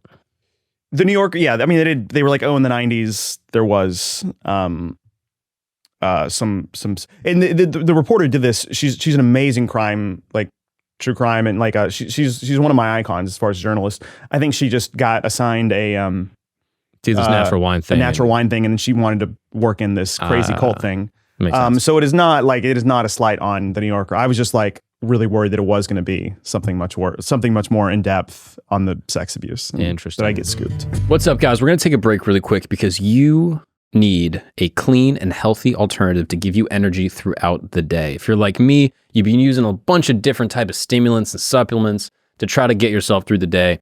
But I got to tell you guys about Ketone IQ. All right. This is of the most natural and cleanest ways to get into a flow state, to get that runner's high in a completely pure and natural way. That's why I love Ketone. I'm telling you, this is the best thing that gets me in between meals. It's if I'm craving a snack or I got like a little sugar craving, I rip one of these, immediately goes away. It helps me stay in ketosis. If I'm trying to like get a little bit of energy, kind of improve my focus, this is the best thing to use. You know, it works for two reasons. One, they've partnered up with one of the top pro cycling teams in the year that swept all 3 Grand Tours in the past year. So that's one. Two, it tastes awful. Genuinely. I mean, it doesn't taste good. And that's how you know it's working. All right. Sometimes you get these supplements where it's like, oh, try this supplement. And it tastes like sugar or like Fruity Pebbles. You're like, there's no way this is actually good for you. This will keep your body in ketosis. You can test it yourself if you want to pee on a stick or something. And furthermore, it's going to give you a little natural, little runner's high to keep you going throughout the day. And I got great news for viewers of this show. You're going to save 30% off your first subscription order and receive a free 6-pack of Ketone IQ when you go to ketone.com/Camp Gagnon. That's right. That is Ketone, KETONE.com/Camp Gagnon. Check it out right now. Take control of your health. Get a cleaner alternative to give you energy throughout the day. Put your body in ketosis if that's what you're trying to do. Now let's get back to the show. Can you explain to me who Teal Swan is? Yeah, she's kind of how I got on this whole journey of reporting on more kind of spiritual phenomena. She is a spiritual teacher. She's also kind of like, she was one of the early sort of spiritual teachers to become more of like an influencer, a YouTuber, Instagram. I mean, now that's like incredibly common. I mean, you can't throw a rock in Austin without like hitting 20 of these. But she was kind of a pioneer. I mean, using YouTube and Instagram, and now she's sort of blowing up on TikTok. Now she is. Well, yeah, she's evolved. But when I first started reporting on her, she was new to that, and I was Gizmodo kind of writing about more internet culture stuff, and I thought she would be kind of an interesting person to start reporting on, to see how she was kind of building this new brand of spirituality online. Mm-hmm. And she was controversial. Like she was, people were accusing her of pushing people to kill themselves. And she had a lot of YouTube videos about suicide and self-harm and darker topics. So I was intrigued and started reporting on her, but then there was just so much nuance and messiness to this story. We thought like an investigative podcast would really be the best way to kind of dive into some of these topics. Mm-hmm. So we did it as a podcast. I ended up spending a year and went out to her healing center in Costa Rica, spent a lot of time with her. And then after that podcast came out, it was developed into a show on Hulu Freeform called The Deep Ends. When we ended up filming her for 3 years, or this other, like this production company and director, they kind of took it a whole different, they gave it a whole different sort of direction and spent all this time with her. But after that is when I sort of started getting just flooded with tips. Like my DMs are just like a garbage fire of spiritual trauma, like where people are constantly, it's a blessing and a curse. Like as a journalist, it's good to have constant tips of things to look into, but yeah, I never know. Someone's just dumping on you like, hey, I was abused by this person. Yeah. You're like, what, is this real? Should I call the police? Like, this is insane. I couldn't imagine. Yeah. So this woman, yeah, if I was someone that got involved in her organization or was sort of lured into her healing practices, what would be the steps that I would have fallen into? Yeah, well, that's the way I got sort of pulled into her was, like I said earlier, at the time I was reporting on kind of dark things and YouTube was recommending these videos about suicide and stuff. And she looks deep into the screen. She has this sort of swirly hypnotic background. Her voice is very droning and hypnotic.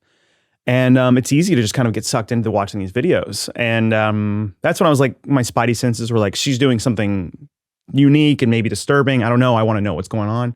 But yeah, I think a lot of people, they would just, and now it's happening all over with TikTok and Instagram stories where they kind of get recommended her videos and she's very alluring. And so they'll just keep watching. And I talked to some people who they said they watched her YouTube videos or they would put them on in the background as they were sleeping, just kind of becomes a constant. And so her teachings really come in a different way. And you hear this with like old cult leaders and spiritual gurus where you go to these meetings and conferences and you kind of, it puts you to sleep. Like hearing these people talk, it's very droning. And that way you're kind of like, you're in this sort of sleep state, but the information is still coming in and it's a good way to indoctrinate.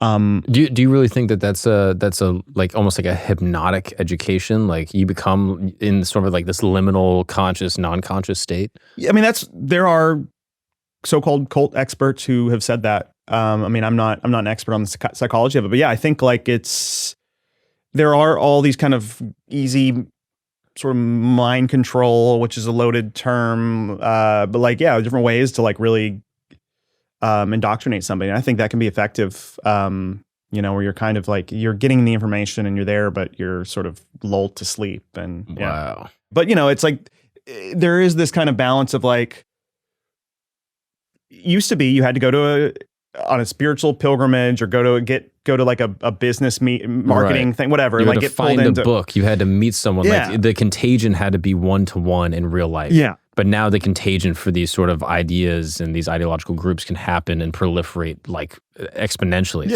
through digital. Yeah. And she was doing that early on where she was kind of using some of those techniques, I think, that really hook somebody for better or worse. I mean, I think she has probably helped a lot of people probably say that she helped them, but she was really smart with how to use the internet and YouTube she just put out videos about everything.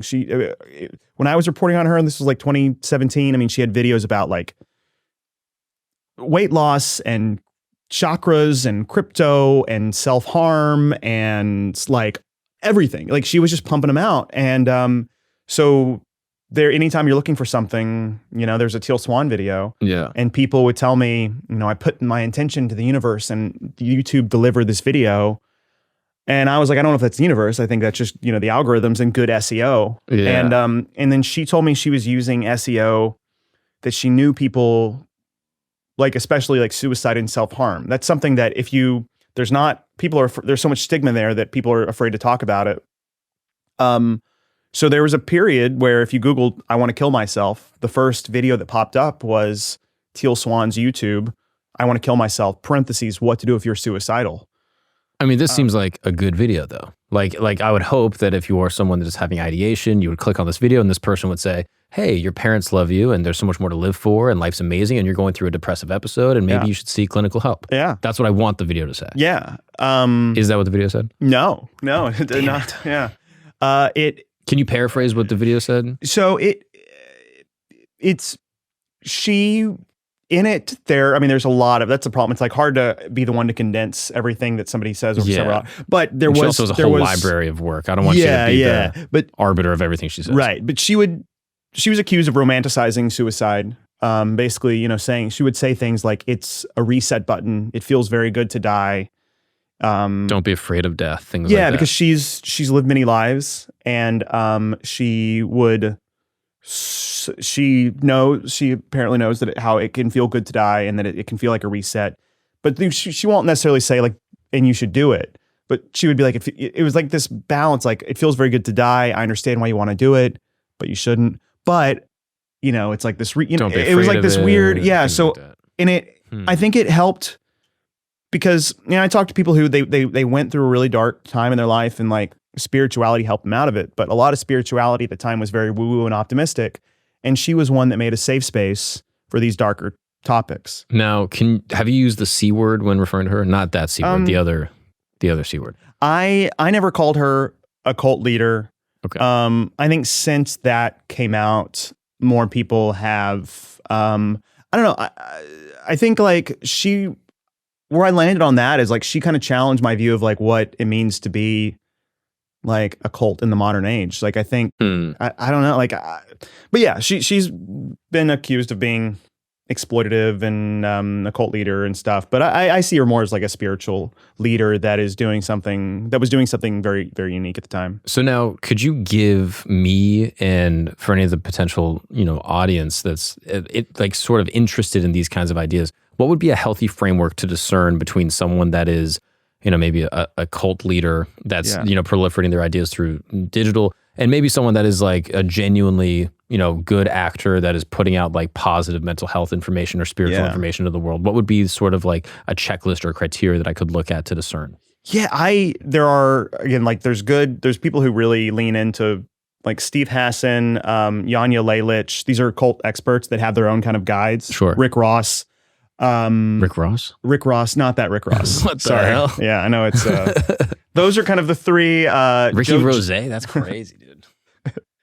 Joe Simhart is another. Anyway, I just want to give them credit and like say, if you're like listening, kind of look to them and their guides. Got it. For the breakdown of what, whether you're in a cult or not. I think like anytime where there's kind of like unquestionable, like a power balance, and you're kind of giving just a higher authority to somebody, and then there's, that leaves room for predatory behavior. But yeah, what was the like? How can you discern? Like, I think there's like, at least I have an awareness of like these old like 80s, style cult videos, and it's like, how to know if you're in a cult, and they're on VHS, and it's like, love bombing. You show up at an organization and you say something, they all cheer for you, and they say welcome home, and you're at your place you're supposed to be, and when you join us, you become more like yourself. Yeah. And then they slowly start isolating you from your family, and then they kind of cut you off, and then maybe they get blackmail on you, or they put you in a compromising situation. Again, these are all in physical spaces. Right. And now we're in this digital age where all of it can happen digitally, which is almost potentially more concerning because, as we know, we are in this loneliness epidemic. Yes. I'd like specifically amongst like men, I think women as well. I don't know. Someone quote me on these statistics. Like the rates of men that claim they have one or two close friends have been going down and down and down. People are more socially fragmented. Obviously, I think religion and nationalism and sort of like these greater ideas that people attach themselves to have kind of eroded socially. And so now it feels like people are kind of longing. Yeah. So I could definitely see a situation where there is a digital guru. Absolutely. And then people are able to congregate in these digital spaces. Yeah. And they're already isolated from their family. You don't even have to do anything. And then, hey, submit some money. We're going to do a retreat, So I guess I'm kind of curious, like, how can I make sure that, because there's a lot of people I follow on the internet that I really, really like. That like, psychologists and, thought leaders and authors online, I'm sure we can think of, 20 people, and a lot of which I really like. Yeah. So how do I know if these people have my best interest in mind? Right. Is there like a delineating thing or a phrasing or a terminology I should be, like red flagging? Yeah. And they could start from a good place and go, I mean, one of this was in, The Vow, the Nexium cult, one of the whistleblowers in it, Mark Vicente, says, it's kind of the iconic quote from that show is, nobody joins a cult. They join something they think is really good. You think you're changing the world. And so it could start from a lot of these YouTubers or whatever, it could start from a good place, and then it gets dark as power corrupts them or whatever. I think to answer your question, one of the groups that I've been investigating most recently that really seems to have all the hallmarks of something very concerning that's happening entirely online, that it's very clear that it's isolating people and ruining families, is this, the leader, her name is Liana Shanti. I did a big article that came out last year, but I'm doing more ongoing reporting about it because since the article came out, I've just been flooded with more and more people, and it's so much bigger than I thought. But it's a group that caters, that really seems to target like women, mothers. She's been around forever. So it was created by this former Wall Street lawyer who she became sort of built this like online persona that's totally separate from who she really is. So, and the avatars are like not really, don't seem to be a depiction of who she really is. It's almost like she created this sort of fictional character or this alternate version of herself entirely online. And she was giving kind of empowerment advice, business advice, like health advice. And over the years, it kind of became more extreme. And then during COVID, it became extremely extreme. It became like, so it started like saying like, don't use Zoom because that's how they kind of can capture your soul or whatever. They being...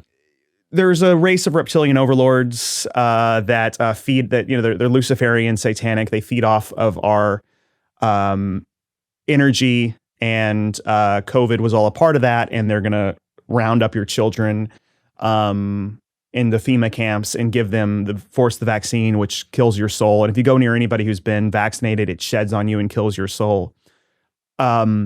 Obviously, that stuff didn't happen, but her story keeps kind of evolving, much like you see with a lot of these sort of conspiracy cults.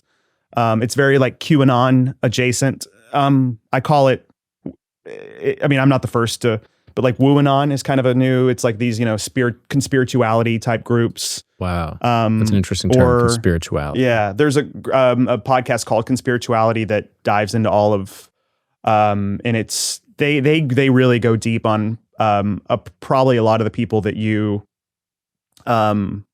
listen to or respect. I mean, they're like just such nerds about it, of conspirituality. That's a separate topic. But this group, it was like all these, especially during COVID, where it was like these moms who, they were stuck in with their husbands and like shit was coming out, like just being cooped up with somebody with kids. And this leader had them all listen to these online courses over and over. I mean, they pay a lot for these courses, and they're just, and I've talked to these husbands that are like, my partner just like transformed overnight because she just would be out in the yard listening to these courses and started accusing them of horrible things. And I mean, fast forward, it's like this group that's around the world. They're called like Lemurian Sisters. And they've all sort of been pulled into this group, and a lot of them, Liana sort of urged them to take their kids by basically any means necessary, and move them to Florida, because there's there's 3 safe states in the world. It's Texas, Wyoming, and Florida. And Florida's the safest because there's going to be this sort of big apocalyptic thing involving the vaccine or whatever. And so they all kind of were moving into these homes together. Do you know where in Florida roughly? It doesn't matter. I mean, really? I think there was one major home called Destiny Manor that I think it was Tallahassee. I don't want to. But it's basically just get to these certain places, and they were kind of based on where the restrictions were the least strict. It was like dozens, if not hundreds of moms were kind of pulled into this, and it was like entirely online. It started through Facebook, and then it kind of migrated to private signal groups, and now she has her own app, and they keep buying these programs, and it's also sort of run like a multi-level marketing, like they have to sell the programs to other people. But wow. It's its own isolated community where, I mean, and she would say like only listen to media that I share in the Facebook group.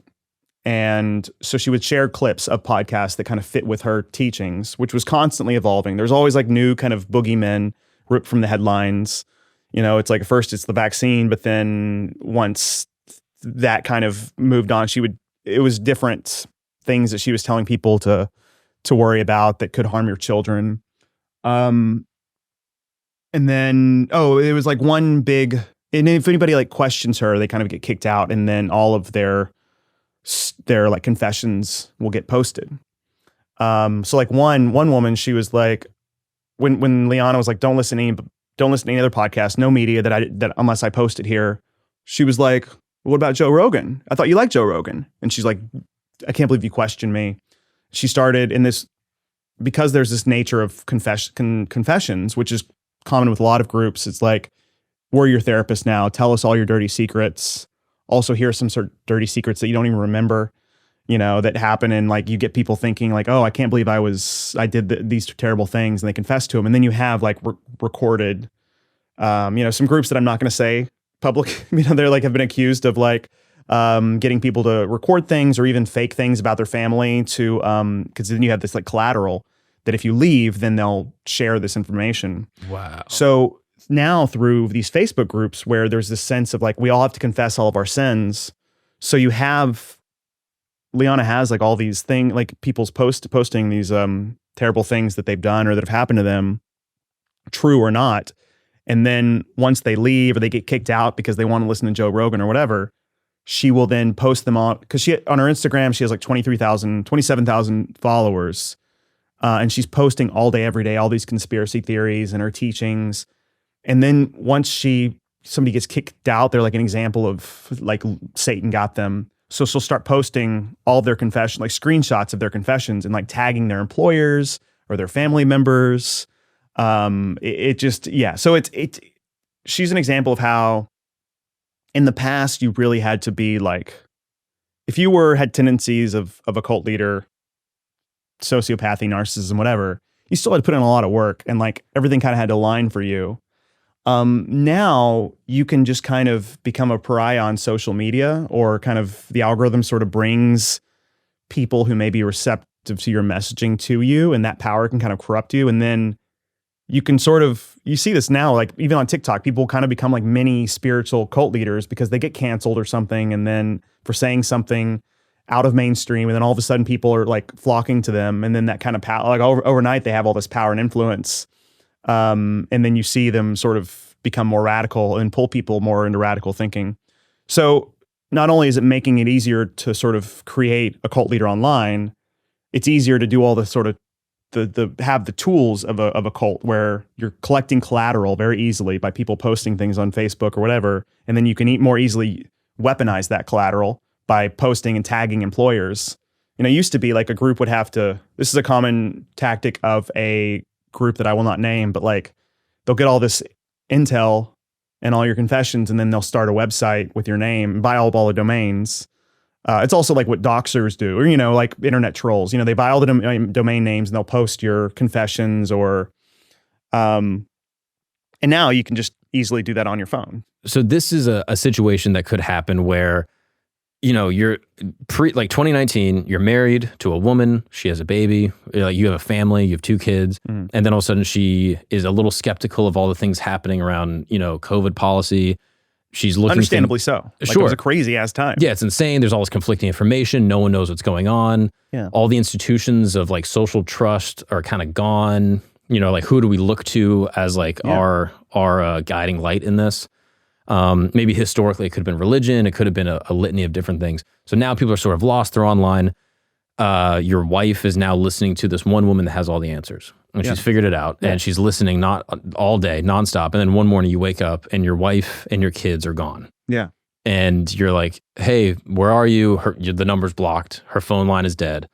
And then you find out that she moved your kids, basically kidnapped them, moved them to a place in Florida.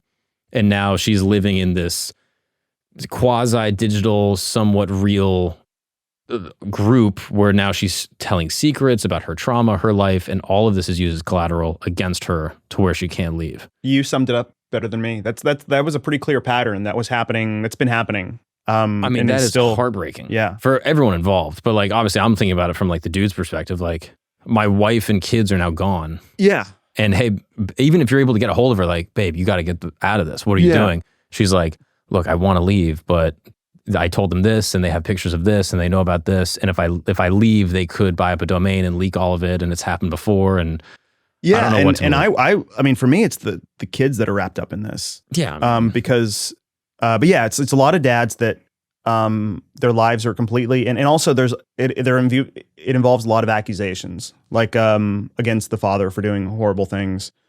And I don't know that all these guys aren't great or terrible. Like I'm not here to absolve all these men, but there's a pattern of most women who join. Liana helps them realize the men were abusing the children. Either legitimately, like some of these men might be scumbags, or illegitimately. That's what I'm saying. I don't know, but right. But what the pattern is, like, they'll post on. So, and there's a Signal group where they get to post like questions, and she can read the Akashic records, which is the information of the universe.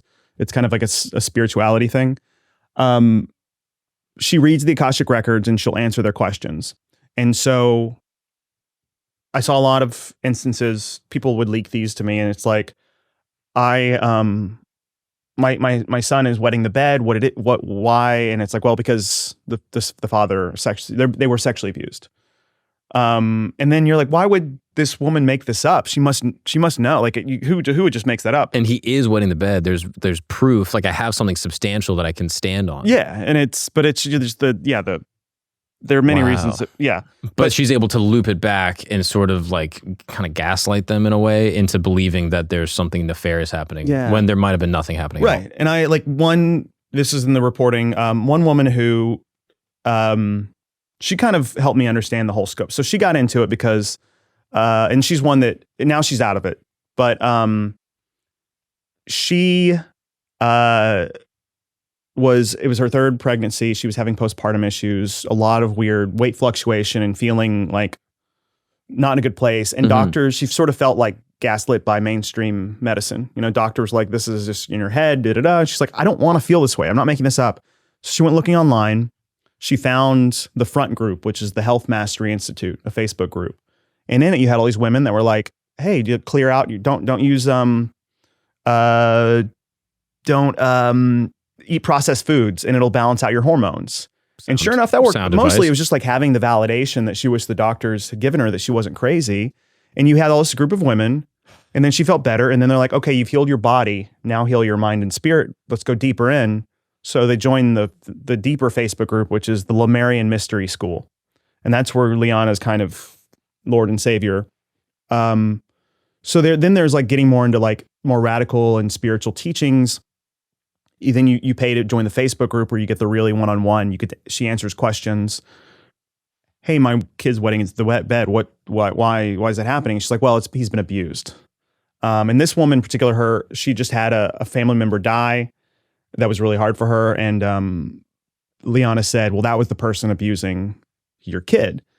And so she goes to the husband. She's like, hey, I think so-and-so abused our kid. And the husband's like, you're just listening to someone online? And like, so she goes back to Liana. She's like, my husband's challenging you. And Liana's like, well, that's because he was also abusing the kid.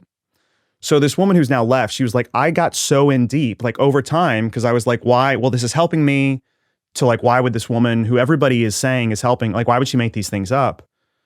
And then, so she becomes so convinced that something's happening to her kid. So she started like asking, she started filming the kid and she knew the kid had been abused. She just needed the kid to like admit it. So she was like coaching the kid to say the dad abused him. She said now I know I could not have asked for a better husband, but I was so in deep that I thought this was happening and I needed proof. The mother was doing this. Yeah.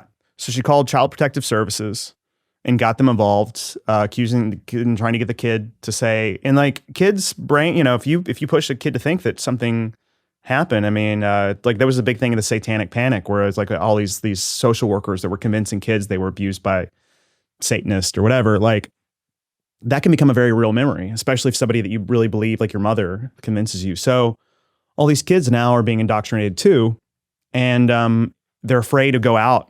A lot of these kids are, if they go, I've heard of instances where like the kids would go to be with their grandparents, and if the grandparents have been vaccinated, the mom would be like, oh my God, they would give them coffee enemas to clear out because the vaccine shed on them. So they're trying, that's the whole thing of the teaching is you have to clear out all the parasites and whatever. So these kids are wrapped up in this messy situation. The dads are being accused of horrible things and like being investigated by Child Protective Services.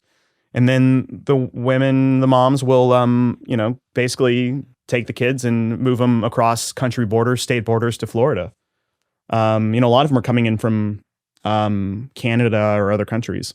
Wow. So this is a group that's still actively, and I get people reach out to me every couple weeks or so with new tips, or like I didn't understand what was going on with my family until I read your article, and now it all makes sense. Wow. And this is a radical example, but I think a lot of groups like this are happening where it's just, it makes it really easy to create an online cult. Wow. And I'm sure with, a lot of like illegal protections, with like children and mothers, right? Like rightfully so. Like the mother-child bond is like so like fundamental to, I think like human development. So if a mother's moving her kids, it might be a little bit harder legally to even investigate. And they'd be like, look, the kid's with their mom, they seem safe, and they're leaving an abusive situation. And how do you prove the abuse? Yeah, it's it's very messy for a lot of reasons. I think that you're touching on one of them, that it's just like people are like, there's child abuse, I don't know. And then they're moving to another country and they're like, I don't know, this is Florida's problem now.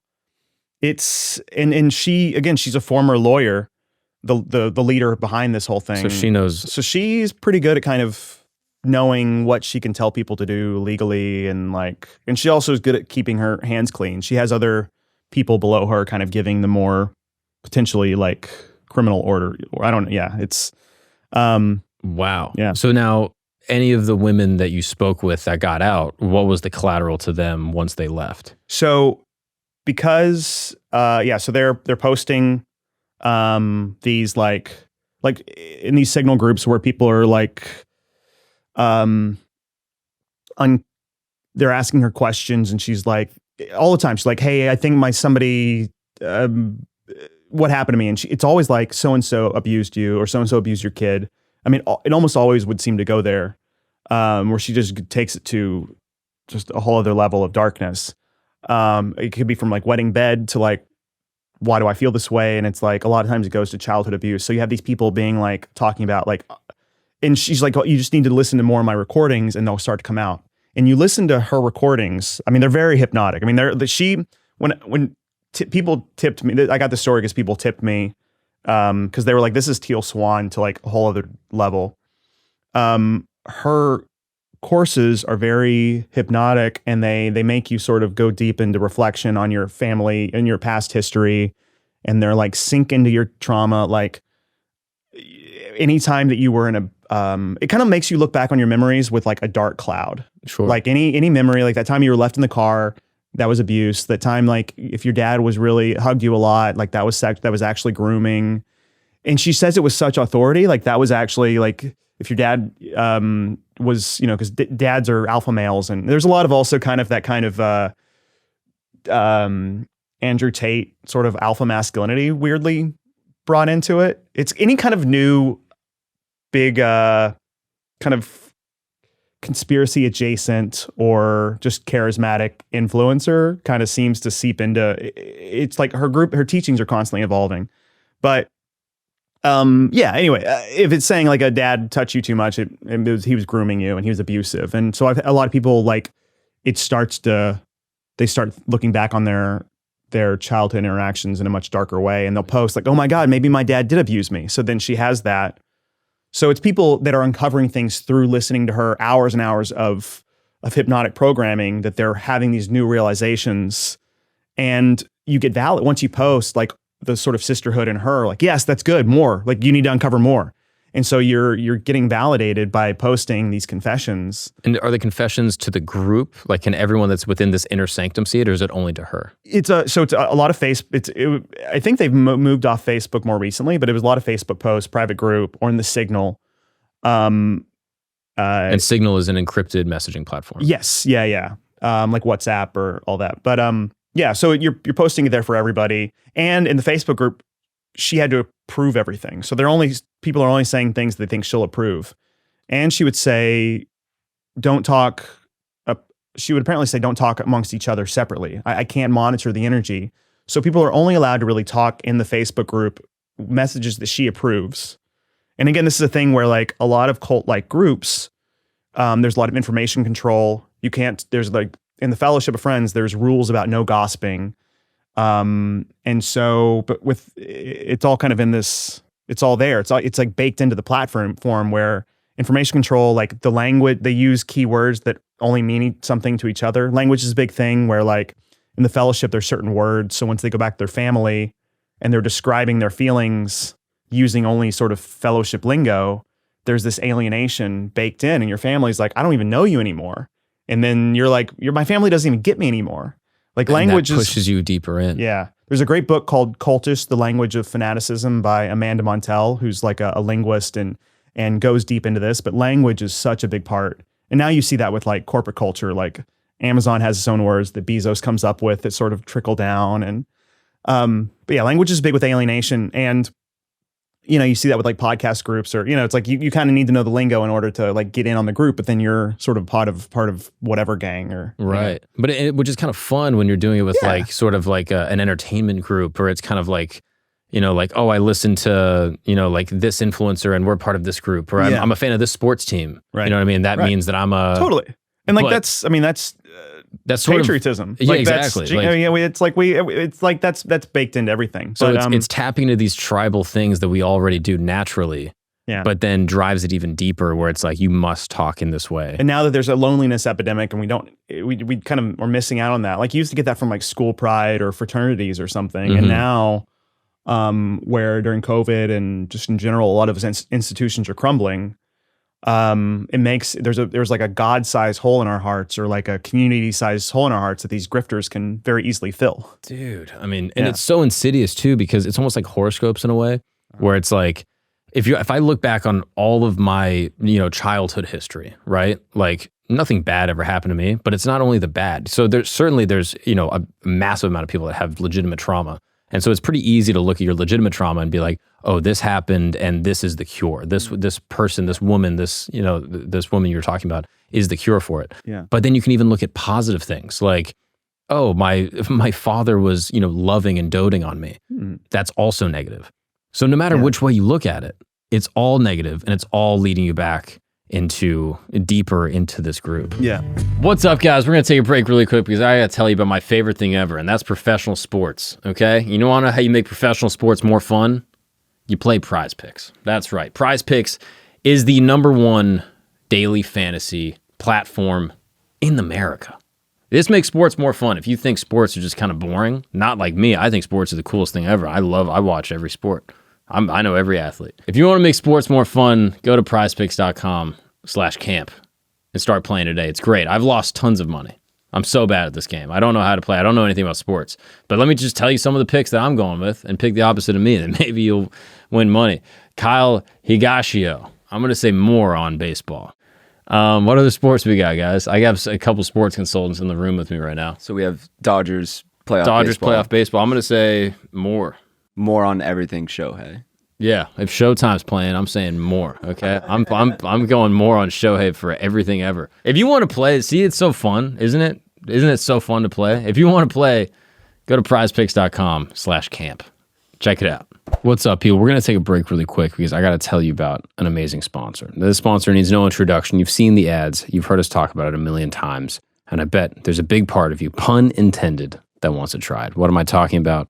Talking about Blue Chew. That's right. This is not your grandpa's blue pill. This is the one, the OG chewable tablet for better lovemaking. That's right. Blue Chew is a unique online service that delivers the same active ingredients you'd find in like Viagra, Cialis, all this stuff, but at a fraction of the cost in a chewable form. That's right. This process is super simple. You go online, put in your information, and bluechew.com will consult with one of their licensed medical providers, and once you're approved, you will receive your prescription in just a few days. Easy, sent straight to your door. The best part, it's all done online. No doctor's office, no awkward combos, no waiting in line at the pharmacy. This is bluechew.com. They always say first impressions are important, but what about lasting impressions? You know what I'm talking about. You go out, you meet someone, and you tell them, hey, I'm going to take a Blue Chew tablet, and I'm going to rock your world. Blue Chew wants the entire country rock hard. They told me that's the mission. They're not going to stop until every man is bricked up like a brick house. You know what I'm talking about? Till every tent is pitched, till every rod is raised in this great, beautiful land known as USA. Discover your options at bluechew.com. And actually, if you're listening to this, I have a special deal for you. For all the listeners of this program, you can try Blue Chew for free. That's right. If you use our promo code GAGNON, that's GAGNON, which is a funny promo code for a product called Blue Chew. Use the promo code GAGNON at checkout. Just pay $5 in shipping. That's like a cup of coffee. It's nothing. That's bluechew.com with the promo code GAGNON, GAGNON, and receive your first month for free. That's right. Visit bluechew.com for more details and important safety information. And thank you so much to Blue Chew for sponsoring this amazing broadcast. Now let's get back to the show. It's the easiest thing to be like, the reason that you're broken or whatever is something that happened when you were a kid. And it was somebody who you were interacting with when you were a kid, and most likely because we can't form memories and really fully form memories until we're 6. Like our brain is still, so everything before that's kind of cobbled together. There's like little puzzle pieces, and it's very easy for a guru or somebody of influence, a therapist even, to be like, put all those pieces together for you and like have a memory that's sort of cobbled from other things. And it's so usually the people that are characters in those early memories that a therapist or cult leader is helping you form, the characters in that are family members. So it's easy to then alienate the family because they're the source of all of your trauma, and I alone can help you fix this, but cut out your family. So that's kind of the easy hack of cults or predatory spiritual groups, is when they're kind of going into childhood memories and telling you what it really meant. And and if you're then posting about it or being recorded talking about it. Yeah. And then not to mention if everything you're saying is needing to be approved by the leader. Yeah. You can't, like, if you're thinking like, oh, maybe I was abused. That might not get approved. But if you say, now that I think about it, I definitely was abused. Yeah. So now you are even changing your language and the way you think about it. Yeah. And I think it's pretty like well documented that like our memories are malleable. Yeah. Like, you know, you look at, like witness testimonies, and I forget, I was watching like some Netflix documentary, but like they basically like have an event that happens and they document the event, and then they record people that witnessed it. Yeah. And they're like, oh, what did the guy look like? Right. And there's 8 different accounts of what it looked like. And all these people are legitimately recalling their memories, but their memories are fallacious in and of themselves. Right. Yeah. I mean, that is terrifying. Yeah. And especially if it's, I mean, this is why like coerced testimonies, I mean, if even if you don't respect police, you know, if you're in a room for hours and they're in a position of authority, whether or not you eat or go to the bathroom. So they can very easily, we know somebody with a sense of authority over you can influence your memories. If you've had people make false confessions and they leave like fully believing they killed somebody. I guess I did do it. Yeah. Like how could somebody with, and then once you've said it, it becomes real. But yes, that happens a lot with, I mean, memory, false memories is a very messy thing to go into. But yeah, I mean, this was something that with my Teal Swan reporting and Liana Shanti, that it does seem like she is able to kind of influence memories and have people come up with things that did not happen, or after they left were like, I realized that was totally bogus and I was just doing it for the validation. That is so scary. Yeah. So then these women that get out, 1, how did they get out? And 2, what was the actual like recourse that happened to them? Like, did they suffer career damage? You know, like obviously there's familial things that I'm sure they're putting together, but was there actual like blackmail or coercion that was put out to try to make them stay? Yeah. Let's go back to that. The woman who, you know, she had the issue with the hospital, like she was postpartum issues, and then she ended up coaching her kids to say things.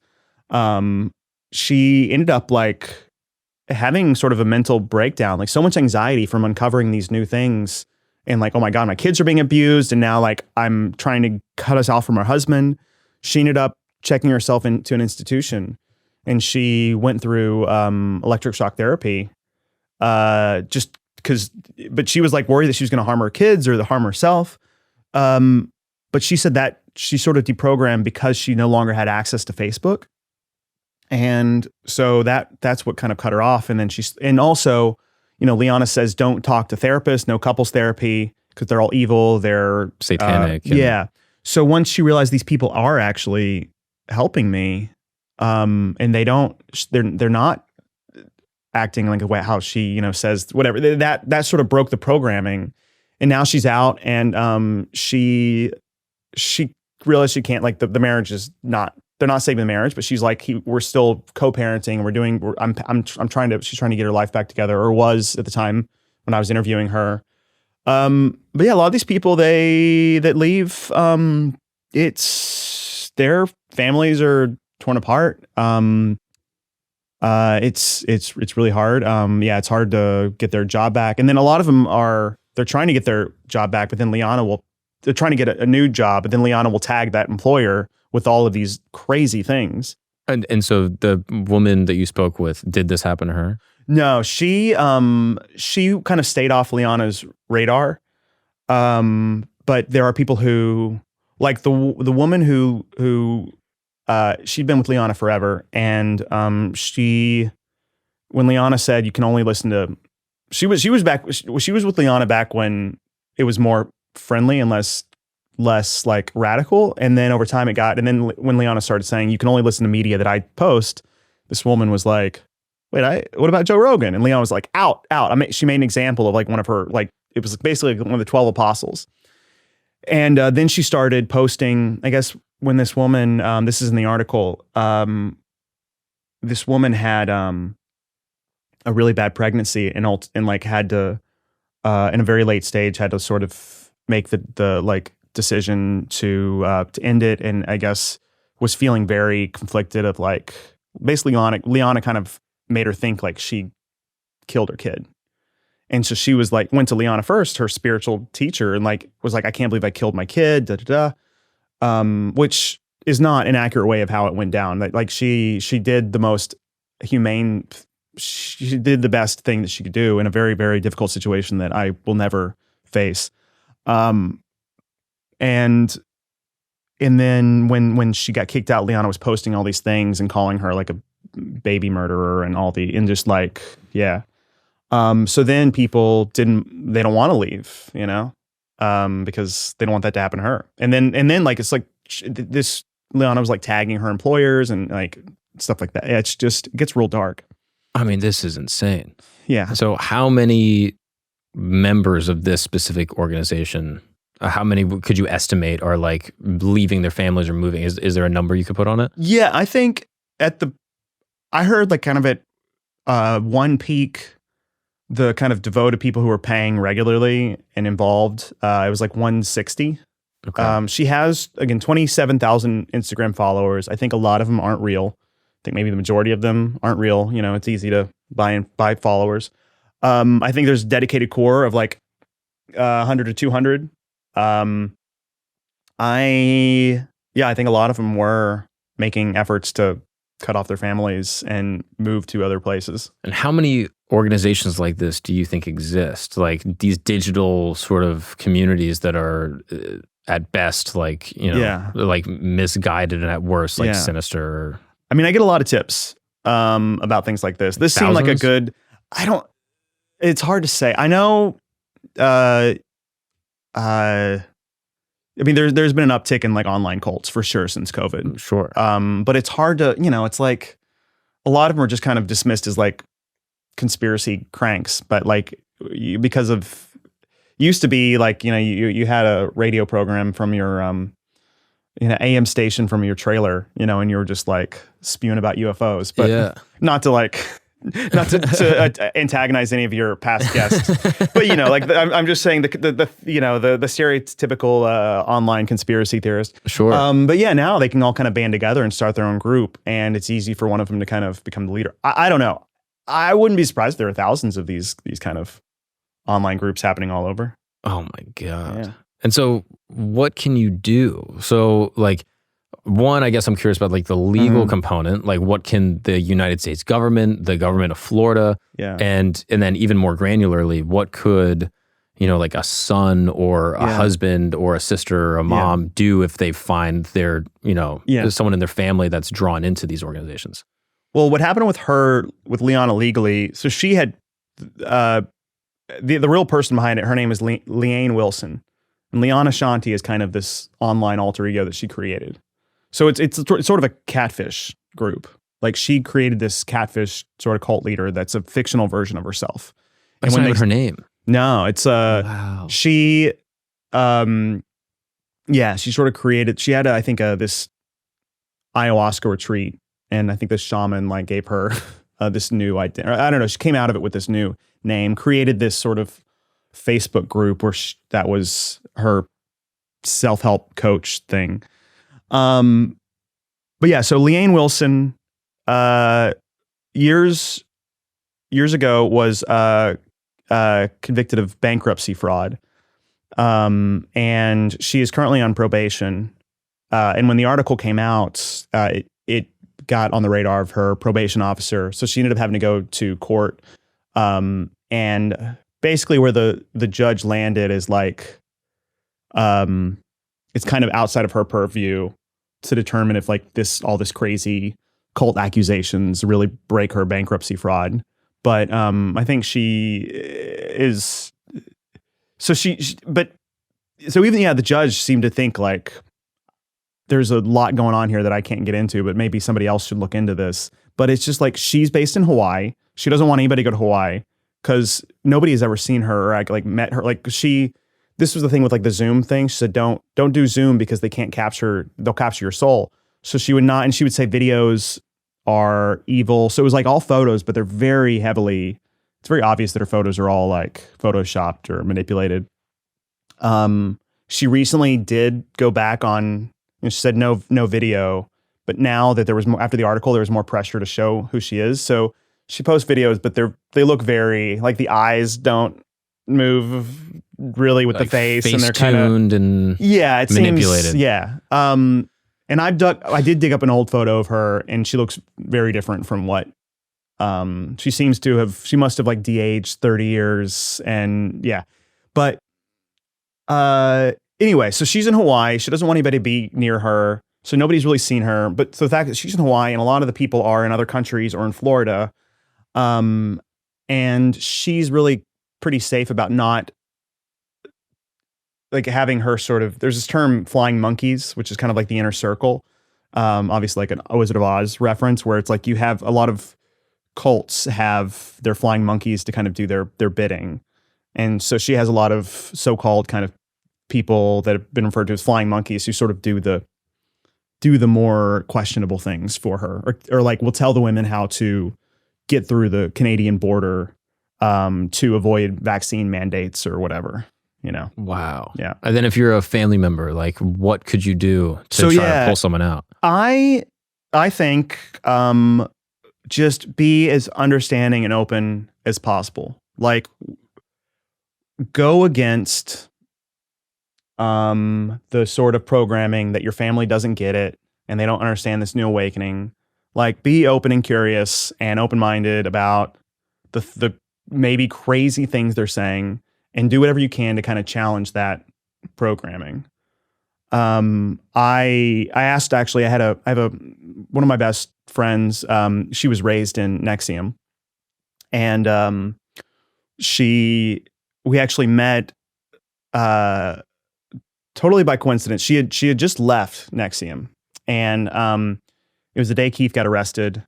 I'm getting back to like advice I got a good nugget from her, but Keith, the leader, Keith and Henry had gotten arrested. It was all over the news, and she was like, "Oh my God, this thing that I'm trying to escape is like everywhere."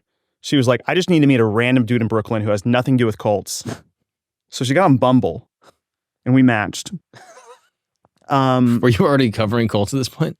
Yeah, I had just gotten back from a cult compound. No, and I was like, I want to, So I'd been reporting on Teal Swan. I'd been out there, and so I told her I just got back from a reporting trip, and we met at this bar in Fort Greene, and she like one drink in, she's like, "So what do you report on? Where were you?" And I was like, "It's kind of weird. I report on cults." And she said, she's like, at the time I was like, what the fuck? Like, what are the fucking chances? Like, am I being, and then, but she was like, this guy's either gonna like try to get my story or he'll understand. And as she tells it now, like I was a human about it. I was like, where are you in your healing journey? Are you, doing okay? Mm-hmm. And yeah, we just became good friends. And for her, I think it was really good to have somebody who sort of understood and I didn't need to ask her a million questions because I already knew the kind of dynamics of what she'd been through. And for me, it just is very formative for talking to people in her situation. And whenever I'm like using quotes from people, I'm like, what if this was my friend? How would she want to be represented? And I'll run things by her sometimes. Like, what do you think? How should I handle this messy situation? Because there's not really like it's a weird ethical territory, like when you're reporting on this kind of nuanced, complex stuff. But anyway, I asked her once, because a lot of people ask me, and I've had family members that have been pulled into things that are questionable. I think we're all sort of experiencing that right now, where people are getting pulled into some pretty, what could seem like crazy beliefs. But yeah, she said just if that person like needs money to join a group, offer that money, offer everything you can, like that you're able to without, because then a lot of these groups, they're like, oh, if your family doesn't, you're already showing that you're like invested in what their journey is, and like you care about them. And that kind of goes against the programming. Oh, wow. That your family doesn't get you. And Which is kind of counterintuitive. Like exactly, yeah. My knee jerk, like if my sister came to me and was like, "Hey, I heard about this group. I want to move out there. I want to go to the retreat." I'd be like, "Fuck no, are you crazy?" Exactly, and you're totally falling into the program. Yeah. So I'd be like, "Hey, I'll support you. I got your back. I don't think you're crazy. So how about you go check it out? Yeah. You know, be discerning. Don't tell them anything. You know what I mean? Be smart about it. And then when you get back, let's talk." Yeah, and then the next thing is ask non-judgmental questions that could engage their critical thinking. What would be an example of that? Like, so why do they have you do that thing? Like that's kind of cool or weird or like new age. I don't know. Mm-hmm. Like but why? Like, why do you, and that's usually where I come out with these groups. Cause I'm like here for it. I'm like, let's get weird. You know, we were talking earlier about like Catholicism versus Pentecostal stuff. I'm like, yeah, give me a fucking snake and like some tongues. Like if I'm gonna like, I'm down to party. Let's see some shit. Yeah. So I'm like, if I had a loved one in a group, I'd be like, yeah, like that's weird. But like, I'm a journalist, so like I can't help it. Be curious. Wonder like why? What's the reason that? And a lot of times, I think they can't. You know, and if so many times they're answering like, oh, because that's just what we're told. I don't know. You can sometimes I've talked to people who are leaving, and they're kind of like, I had people who were leaving Liana Shanti, and like one person was like, I'm trying to determine if you're like a reptile or not, and I was like, well, that's cool of you to reach out and figure out on your own. Yeah. Did you hiss at her? Now with some people leaving, I've like made jokes because when the story came out, Liana told her followers that she weirdly like didn't use my name or she didn't want anybody to read the article. So she just said, I'm a beta jellyfish energy. Like I'm a beta male, like blobby, like she's like, he hasn't published anything in years. I don't even know why and then people would listen. I went on a few podcasts after, because there's like this whole cult podcast network that, you do the rounds. And some of them listen to that and they're like, you're not at all like what she was describing you as. And so if she's wrong about that, then what else is she wrong about? And she's in a sort of a catch, because if she's like, oh, look at his article and you'll see how stupid it is. Yeah. And you lay out all of these very coherent, examples, and you're not judgmental and you're kind of open-minded about it. Yeah. All of a sudden they can look at it and, some of them might be like, wait a second. Yeah. I should reach out to him. But actually I think doing stuff like this is more helpful, because more people have been like, I heard you on the podcast explaining these things, rather than like, I read the article and that, because, there's a lot of, nobody knows what they can read online, and they're like, what's the agenda behind it? But when you talk to somebody, it helps you understand a little where they're coming from. Right. So I've had people who were leaving, and I'm like, look, I don't know. Liana might, like, she could have access to the Akashic records. Like, I have no way of proving any of these things, but this is what I don't understand, and like, why have these predictions? Like, why did she said this thing? We have it in writing that she said this, but then that didn't come to be. So was she lying? Like, I need to know, as somebody who, you were in it, you know better than me. Just like, it's a way to come about it where you're not like dismissing him as crazy. Yeah, and there's that old quote, right? Like, you can't reason someone out of a position they didn't reason themselves into. Yeah. And so if these are all like these emotional pulls, your kids are getting abused, you are getting abused. Yeah. Like, it's hard to be like, hey, point A, B, and C. Logic, right? Yeah, like, and I think that probably goes for like most cults. Yeah. Well, again, the cognitive dissonance of apocalyptic, like you've right. Yeah. It logically makes no sense, but emotionally you're so bought in, you're so invested, and you're so afraid. There's so much fear that's involved, and it seems like a common thread across everything is fear. Yeah. And that if you can scare these people enough, you can convince them to do whatever it is that you need them to do. And especially if it's concerned over their children's safety. Yeah. Like, that's why I really feel for, because it's like, she's weaponizing a part of like the mother brain, where it's like, literally, they don't care about themselves. They really want their kids to not be pulled into some Luciferian, evil, whatever. Yeah. I mean, it's just so insidious. And I'm curious, what is the motivation for like these digital gurus? Like, this guy you're talking about, Robert out west, like, he's obviously, it seems like a sex addict or has like a power situation. There's a lot of different things we could speculate. And there seems like a very clear incentive, right? You're buying Renaissance art, going around the world. For someone like this that's completely remote, I know you might not necessarily have an answer, but could you speculate what some motivations are for these specific types of cult leaders? I think so. I think it's easy. It's an easy buck, and it's good to feel a sense of power. I mean, it's like, again, do you think they have a pathology? Do you think they're, sociopathic or narcissistic? I think it takes that to be a good charismatic guru or cult leader. It's good to have that. It makes for a good when you really have no shame. Mm-hmm. And I think when in the past some of these people just could have gone about their lives and maybe been an abusive partner or whatever. The internet gives them access to, and these platforms, it is in their interest to bring the willing masses, the most susceptible people to people like that's engagement, baby. That's how you get, and like it's all money to these platforms. So it's sort of I don't think it's like you have these evil tech overlords, but it's just like the algorithm sort of brings everybody together. Mm-hmm. And then that fuels that part of the brain that is sociopathic, narcissistic to create a cult. But yeah, I think for her, I think it maybe started from a good place. Leanne she was a Wall Street lawyer. She was, I think, 8 months pregnant during 9/11. After that, she said, fuck this, I'm getting out. She became a timeshare saleswoman in Hawaii, was incredible at selling timeshares. And she was, I think it was a very toxic work environment. She was a part of a class action lawsuit where there was a lot of even though she was selling millions of dollars of timeshares, men were getting the credit. Her boss was this was all in the lawsuit. She spoke out about it, against against sexual misconduct and stuff. And then she got fired. And then she did this ayahuasca retreat thing and sort of came out of it, decided to be a women empowerment self-help guru.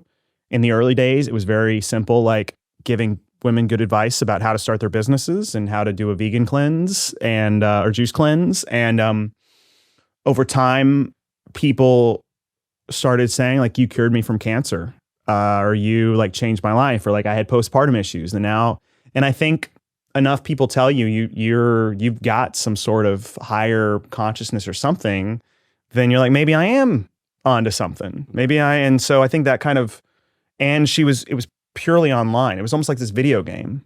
She created this false character that all these women were worshiping. And then when she had the bankruptcy fraud, which again shows that she wasn't, I know I'm painting this picture of this person who had all the good intentions, but I don't know what balance of, we can only speculate. You've never talked to her. Yeah. But she couldn't leave Hawaii because she was on probation from this bankruptcy fraud. But online, she was this god that all these women worshipped, who she'd cured cancer and all this. So I think over time they're willing to pay. Some would just keep buying her programs because they're like, oh, it's been so helpful. I keep listening to it. I feel bad listening to it 100 times without paying again. So so it's a financial interest, but also it's, it feels really good. Wow. Yeah. Money and power. Yeah. What other types of, right. What other types of incentive do you need? Wow. That is I think it's actually a good lesson both ways. One, I think it's a very clear lesson for, potential members, right? I think we all have this mentality, especially back in the day of if you're someone that gets drawn into a cult, you're a loser, you're destitute, you had no other options, which I think we know now is not the case. Yeah, sure. I think it's typically people that are a little confused. We have sort of a biological desire to fit in. I think there's a social component baked into who we are as human beings to be conformist and tribal. And like we had said, a lot of those former institutions have kind of eroded away, for better or for worse. And so yeah, people can easily get drawn in. The algorithm, again, it makes sense, right? These platforms, on the one hand, are so positive because, let's say you're someone that loves Dungeons and Dragons and you live in a place where no one does that. They think you're weird. They think you're, some social pariah, and you can find your digital community of people that love to play this game. And it's awesome. Or you love Pokemon, or even on a bigger level, you're a gay person in a country where it's illegal to be gay. Yeah. And now all of a sudden you can find a digital community of people that are like you, and you can sort of have comfort in that. That's awesome. Yeah. And then there's this dark side where people can get drawn into these gurus that can sort of exploit them. And then I think even furthermore, people with platforms. I'm even reflecting on myself, a lot of these platforms, if you're someone that is, creating a name for yourself digitally, whether you're an influencer, a TikTok influencer, you sell makeup, whatever, there is almost like a platform incentive to engage with your audience and create the parasociality. Like like they tell you like, hey, comment and respond to everybody and tell everybody and, you know, get invested in their lives, And so I wonder if people are even unknowingly or unwittingly sort of falling into this. Yeah. And then if you have some of the co-founders, you know, whether it's some pathology or a trauma, that validation feels really good. And then you combine that with money and influence, it can go off the rails. Yeah, I think there's at least from my perspective before this conversation, like, oh, this woman that's a cult leader, she hatched this whole idea to try to get power and she wanted to be a cult leader. Yeah. That may be true, but it also might be just as well that she was, you know, a well-intentioned spiritual guru that got validation from the audience, and that propelled her to have this God complex that then she espoused to the audience and it became a flywheel. Yep. Yeah. Wow. Yeah, I think it is important for people that have platforms that are like creating content, like you and I, right? To say like, hey, we do not know the audience. Yeah. We talk, but we don't have a real tangible relationship. And the relationships with the people you actually know are way more important than, you know, someone that you listen to in your ears for 5 hours, a week or whatever that is. So I think it's a good lesson for everyone across the board. Yeah. Do you have people that you're like, man, now I'm worried about, because you run in the circles of people who get all of a sudden like online fame and influence. And, you know, obviously like in the past, like rock stars kind of become their own cult leaders and get groupies. And when they're on tour, who the fuck knows what they're up to. But now you can have that entirely online. Like you have access to like fans. Yeah, absolutely. Like what? Yeah. I mean, how do you, is there anybody now that you're like, I could see them and like give it 3 years, then I need to like check in on them? I mean, maybe it's one of these things where like, again, I think that cult word, I don't know which way to go with it. My gut instinct is to say like, hey, everything's a cult. And that doesn't necessarily mean it's bad. Right? Like if you're a fan of a sports team and you go to every game and you go to tailgates of games when the games aren't even in your town, just to be with like-minded people, that is a cult. Yeah. And it's not necessarily bad. I think it's ultimately, what do people do with the power? And can you identify red flags where there's like, you know, sort of like dissemination of information, like, hey, don't talk with people, or hey, don't, you know, like if they're trying to cut people out, or if they're trying to control the information that is, you know, distributed. Or if there's just straight up like, hey, tell me your secrets and I'll keep them in my safe little chest. Yeah. Or I guess anyone that's directly offering you some type of like higher salvation or consciousness. Yeah. That to me is like the biggest indicator. Yeah, you nailed it. Information control, thought control. And yeah, I alone am source to universal knowledge or what can fix you, you know? Yeah, like anytime, again, I don't know, I'm not any way versed in this, but like if someone is espousing that, like, hey, I am the source, get away. Yeah. But also they're always pretty good about like being like, hey, anybody can leave. Like I'm not, like they always, there's a way to deflect it or dismiss it, but like, yeah, in the fellowship, I mean, anybody can leave the fellowship and they'll insist that they don't like ostracize, but people who've left, they're like, I lost my community. Everybody was like afraid to talk to me. And I cut off my family. So like I was destitute. So I really had no choice in leaving. And then people who've left that, and I spoke to somebody who he was like, I was totally indoctrinated for years and I'm finally leaving. And it was like, I was a heroin addict for 20 years, 30, like he was like, if the fellowship is heroin, I was an addict for 28 years. And the way he was talking, I mean, he was giving me the fucking tea. He was like, I thought he was so out. And then he went back. And he was in for like a few months and then he died. But related to the organization? No. But I think it was, I don't know. It was natural causes. But I think he when I saw him, he was like, there was like this, I'm free. I'm like, I'm clean. But I don't know, maybe there was this like underlying misery. I think he was very lonely. Yeah. And I'm kind of glad that he'd already gone through all the misery of the cult and like the abuse and stuff. So, like at least he died amongst people who he thinks cared about him and felt belonging, right? You know? Yeah, it's so tricky. And then I think about like my own religious experience, like growing up Catholic, right? Like obviously within like the Catholic Church, it's like, hey, this is, you know, God is the way, Christ is our savior. And I think, I guess you can also maybe look at the fruits Like I am a believer, generally speaking, that like religion has done good for the world. I know this is a sort of a debatable statement, Sure, and I know that there's, look at crusades, child abuse, sure. But just in general, I think most of the religions that have persisted kind of almost like through like a Darwinian selection, like the ones that have persisted for thousands of years, I believe have fruits of positivity that allow it to persist. And the ones where it's like, hey, we're all going to kill ourselves, those will die off. Yeah. So I almost wonder if there's like a social evolutionary component where if they persisted for a long time, the fruits are more positive. Yeah, I don't know. I mean, I'm more like inclined to just humanity is good and evil, and religions and cults are just. I mean, we're by design. We need community. Right. And but yeah, I don't know. I haven't done that. This is a way larger debate. Yeah, give me a bong and I'll get more like yeah. But I guess my general feeling is like people need to conform. They need community. Yeah. And so I don't want to be someone that's like, hey, cut off all your communities, because that is then you're just sort of free and sort of loose, and then maybe you're more susceptible to getting drawn into a radical community. Yeah. So I would try to encourage people like, hey, find communities where the fruit is good.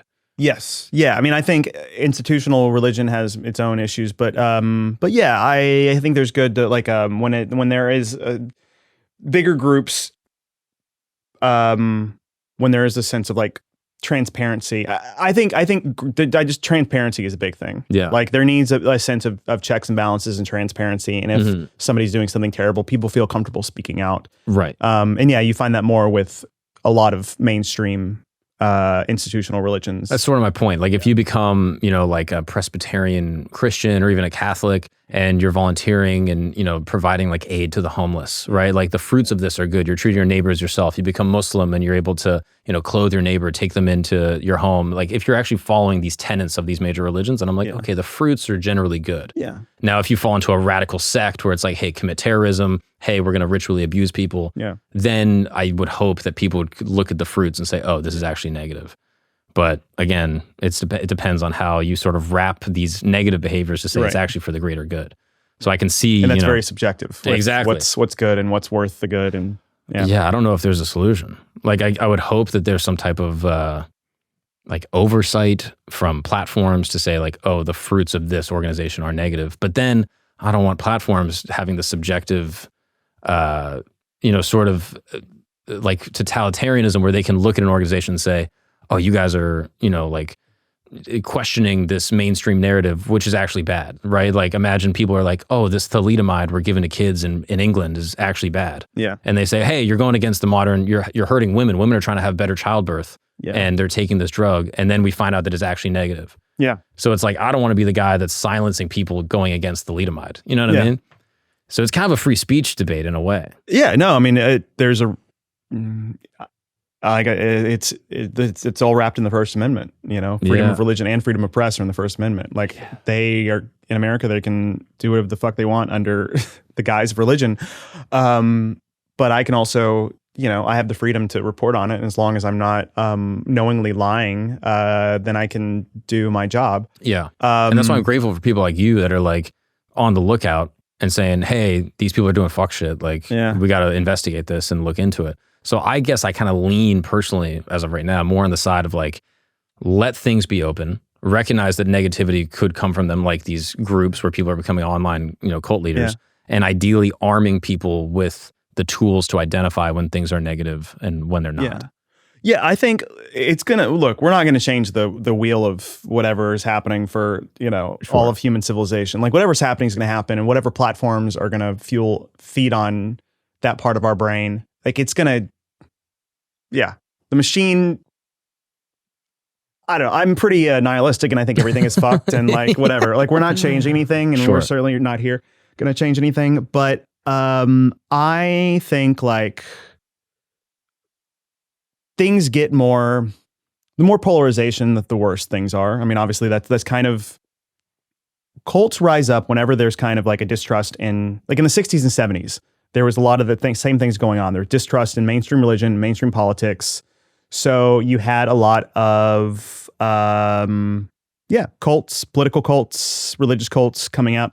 It's like there was a void. There was this like mainstream way to fill to fill that sort of God-sized hole, and we all need that because we've evolved to need some sense of order, and just a government giving you laws that you don't really know the reason of it, like doesn't really work. And so you're like, well, you need like a sense of like good and evil, and like there's a higher power, whatever. Like that's why societies that have had a religious order are the ones that have lived better, have lived on.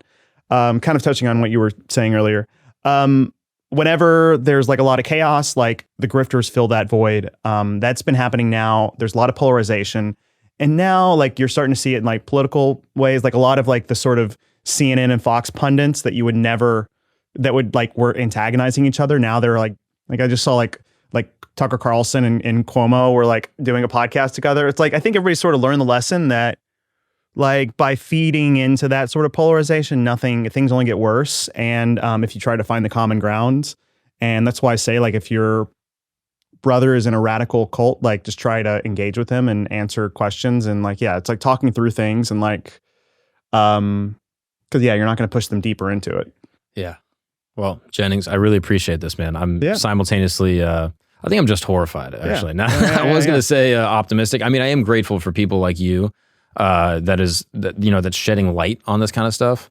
And I think that people should be much more discerning when it comes to the information that they take in and the groups that they're sort of surrendering themselves to. Yeah. Especially as things are, more digitized and as people are feeling that call of loneliness more and more. Yeah. So this has like been absolutely fascinating. Are there any closing thoughts or anything that you want to contribute? No, I'm tapped out. I'm used to asking people all the questions. So I feel like I rambled more.